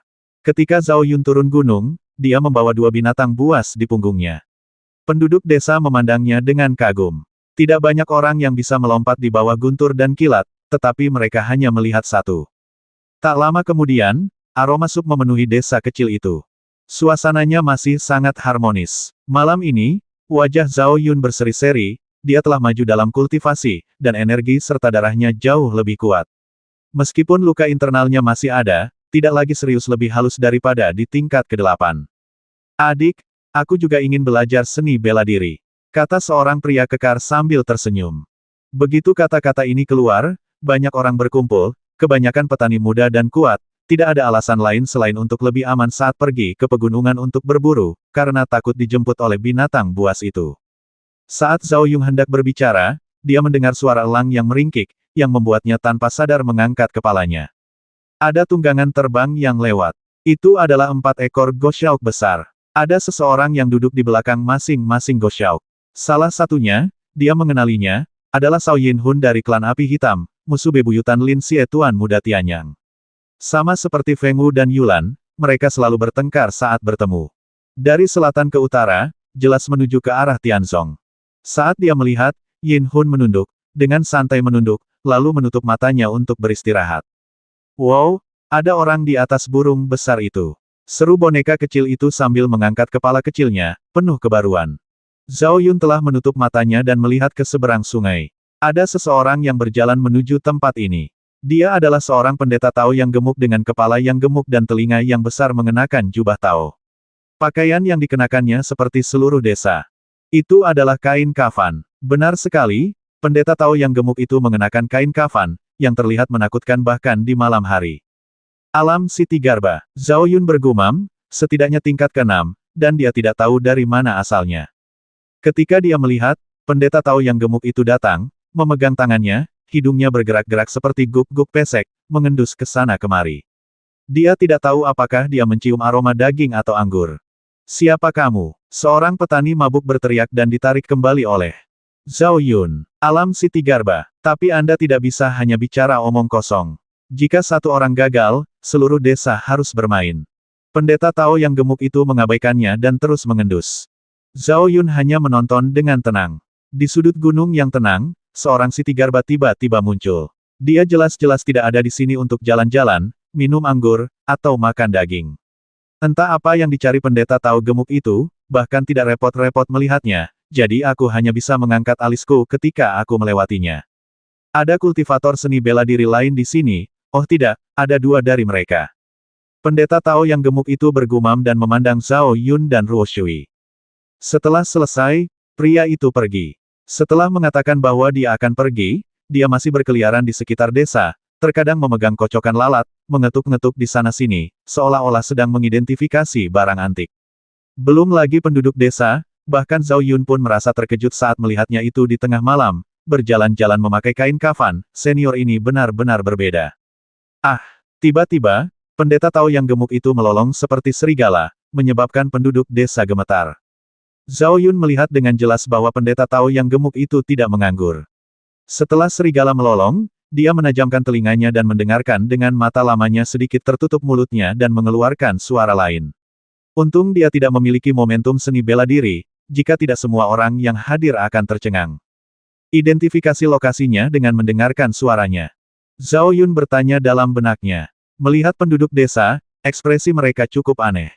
Mereka memandang pendeta Tao yang gemuk itu seolah-olah mereka mengalami keterbelakangan mental. Aku akan mengatakannya saja, pendeta Tao yang gemuk itu sudah tersenyum, dan dia melompat dari atap dan berlari ke gunung. Ah, setelah itu, serigala sering melolong seperti ini. Semua penduduk desa berdiri dan memandangi pegunungan dengan kaki terangkat. Terutama karena penasaran, mereka ingin tahu tentang apa yang dilakukan pendeta Tao gemuk itu. Dia mengenakan kain kafan dan datang untuk melatih suara kami. Ini bukan pelatihan suara. Orang biasa tidak mengetahuinya, tapi Zhao Yun telah mendengarnya sedikit. Setiap suara yang dibuat oleh pendeta Tao yang gemuk itu sangat khusus. Ini seharusnya merupakan teknik rahasia kuno dalam mendengarkan suara pertama, tapi sebenarnya menyembunyikan misteri. Ledakan, raungan serigala menghilang, dan terdengar suara gemuruh. Raungan itu begitu tiba-tiba sehingga penduduk desa terguncang dan gunung-gunung pun bergetar. Yin Qi, Zhao Yun sedikit mengernyit lalu berdiri. Ada Yin Qi, dan dia bisa mencium baunya dengan sangat baik. Apakah ada makam besar di sini? Zhao Yun melihat ke kiri dan ke kanan, dan akhirnya matanya tertuju ke arah gunung. Dia sepertinya tahu apa yang dicari pendeta Tao gemuk itu. Apakah dia mencari kuburan leluhur seseorang? Dan kebanyakan dari mereka telah ditemukan. Hanya mengendus-endus saja, mereka mengendus nafas makam. Raungan serigala jelas untuk mengetahui arah. Adapun aumannya, mereka pasti telah membuka pintu makam. Tebakannya benar, memang ada makam besar.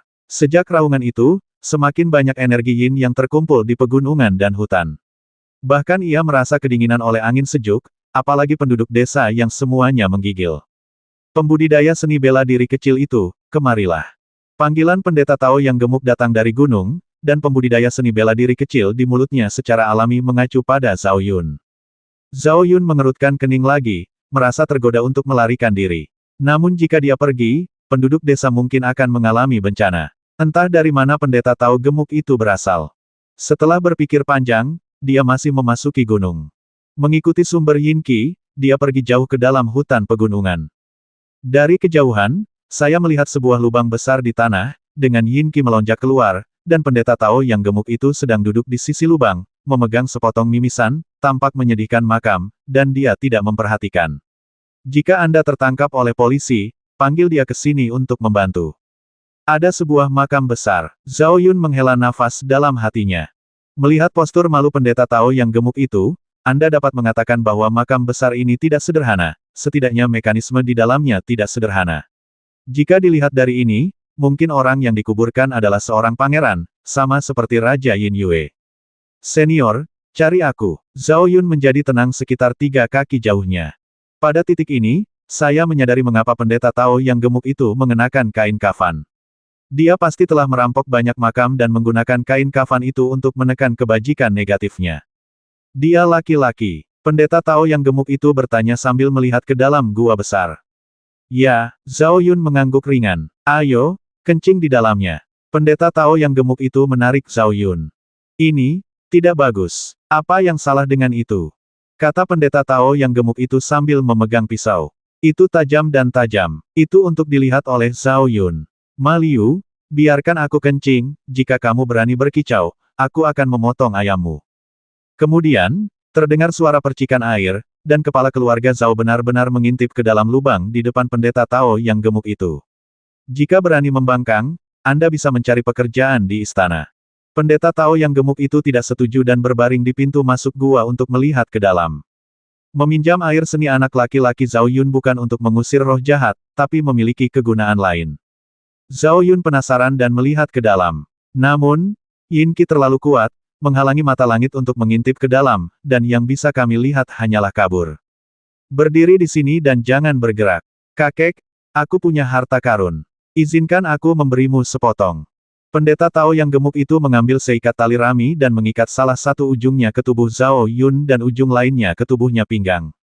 Tali rami adalah tali rami yang luar biasa. Ada banyak tanda di atasnya, yang merupakan pertama kalinya Zhao Yun melihatnya. Setelah melakukan ini, pendeta Tao yang gemuk itu melompat ke dalam lubang. Yang disebut tali rami sebenarnya berubah bentuk dan berubah menjadi rune, dihubungkan satu demi satu, menjadi bentuk tali. Panjangnya hanya 3-5 kaki, tapi sepertinya bisa memanjang tanpa batas. Zhao Yun terkejut dengan apa yang dilihatnya, jadi dia mengambil salah satu ujungnya dan melihatnya lagi dan lagi. Keluar, terdengar dengusan dingin di dalam gua, yang membuatnya gemetar karena terkejut. Sesaat kemudian, pendeta Tao yang gemuk itu melompat keluar, berguling dan merangkak, dia berlari begitu cepat. Karena tali rami rune terhubung, Zhao Yun juga terseret dan melarikan diri. 220.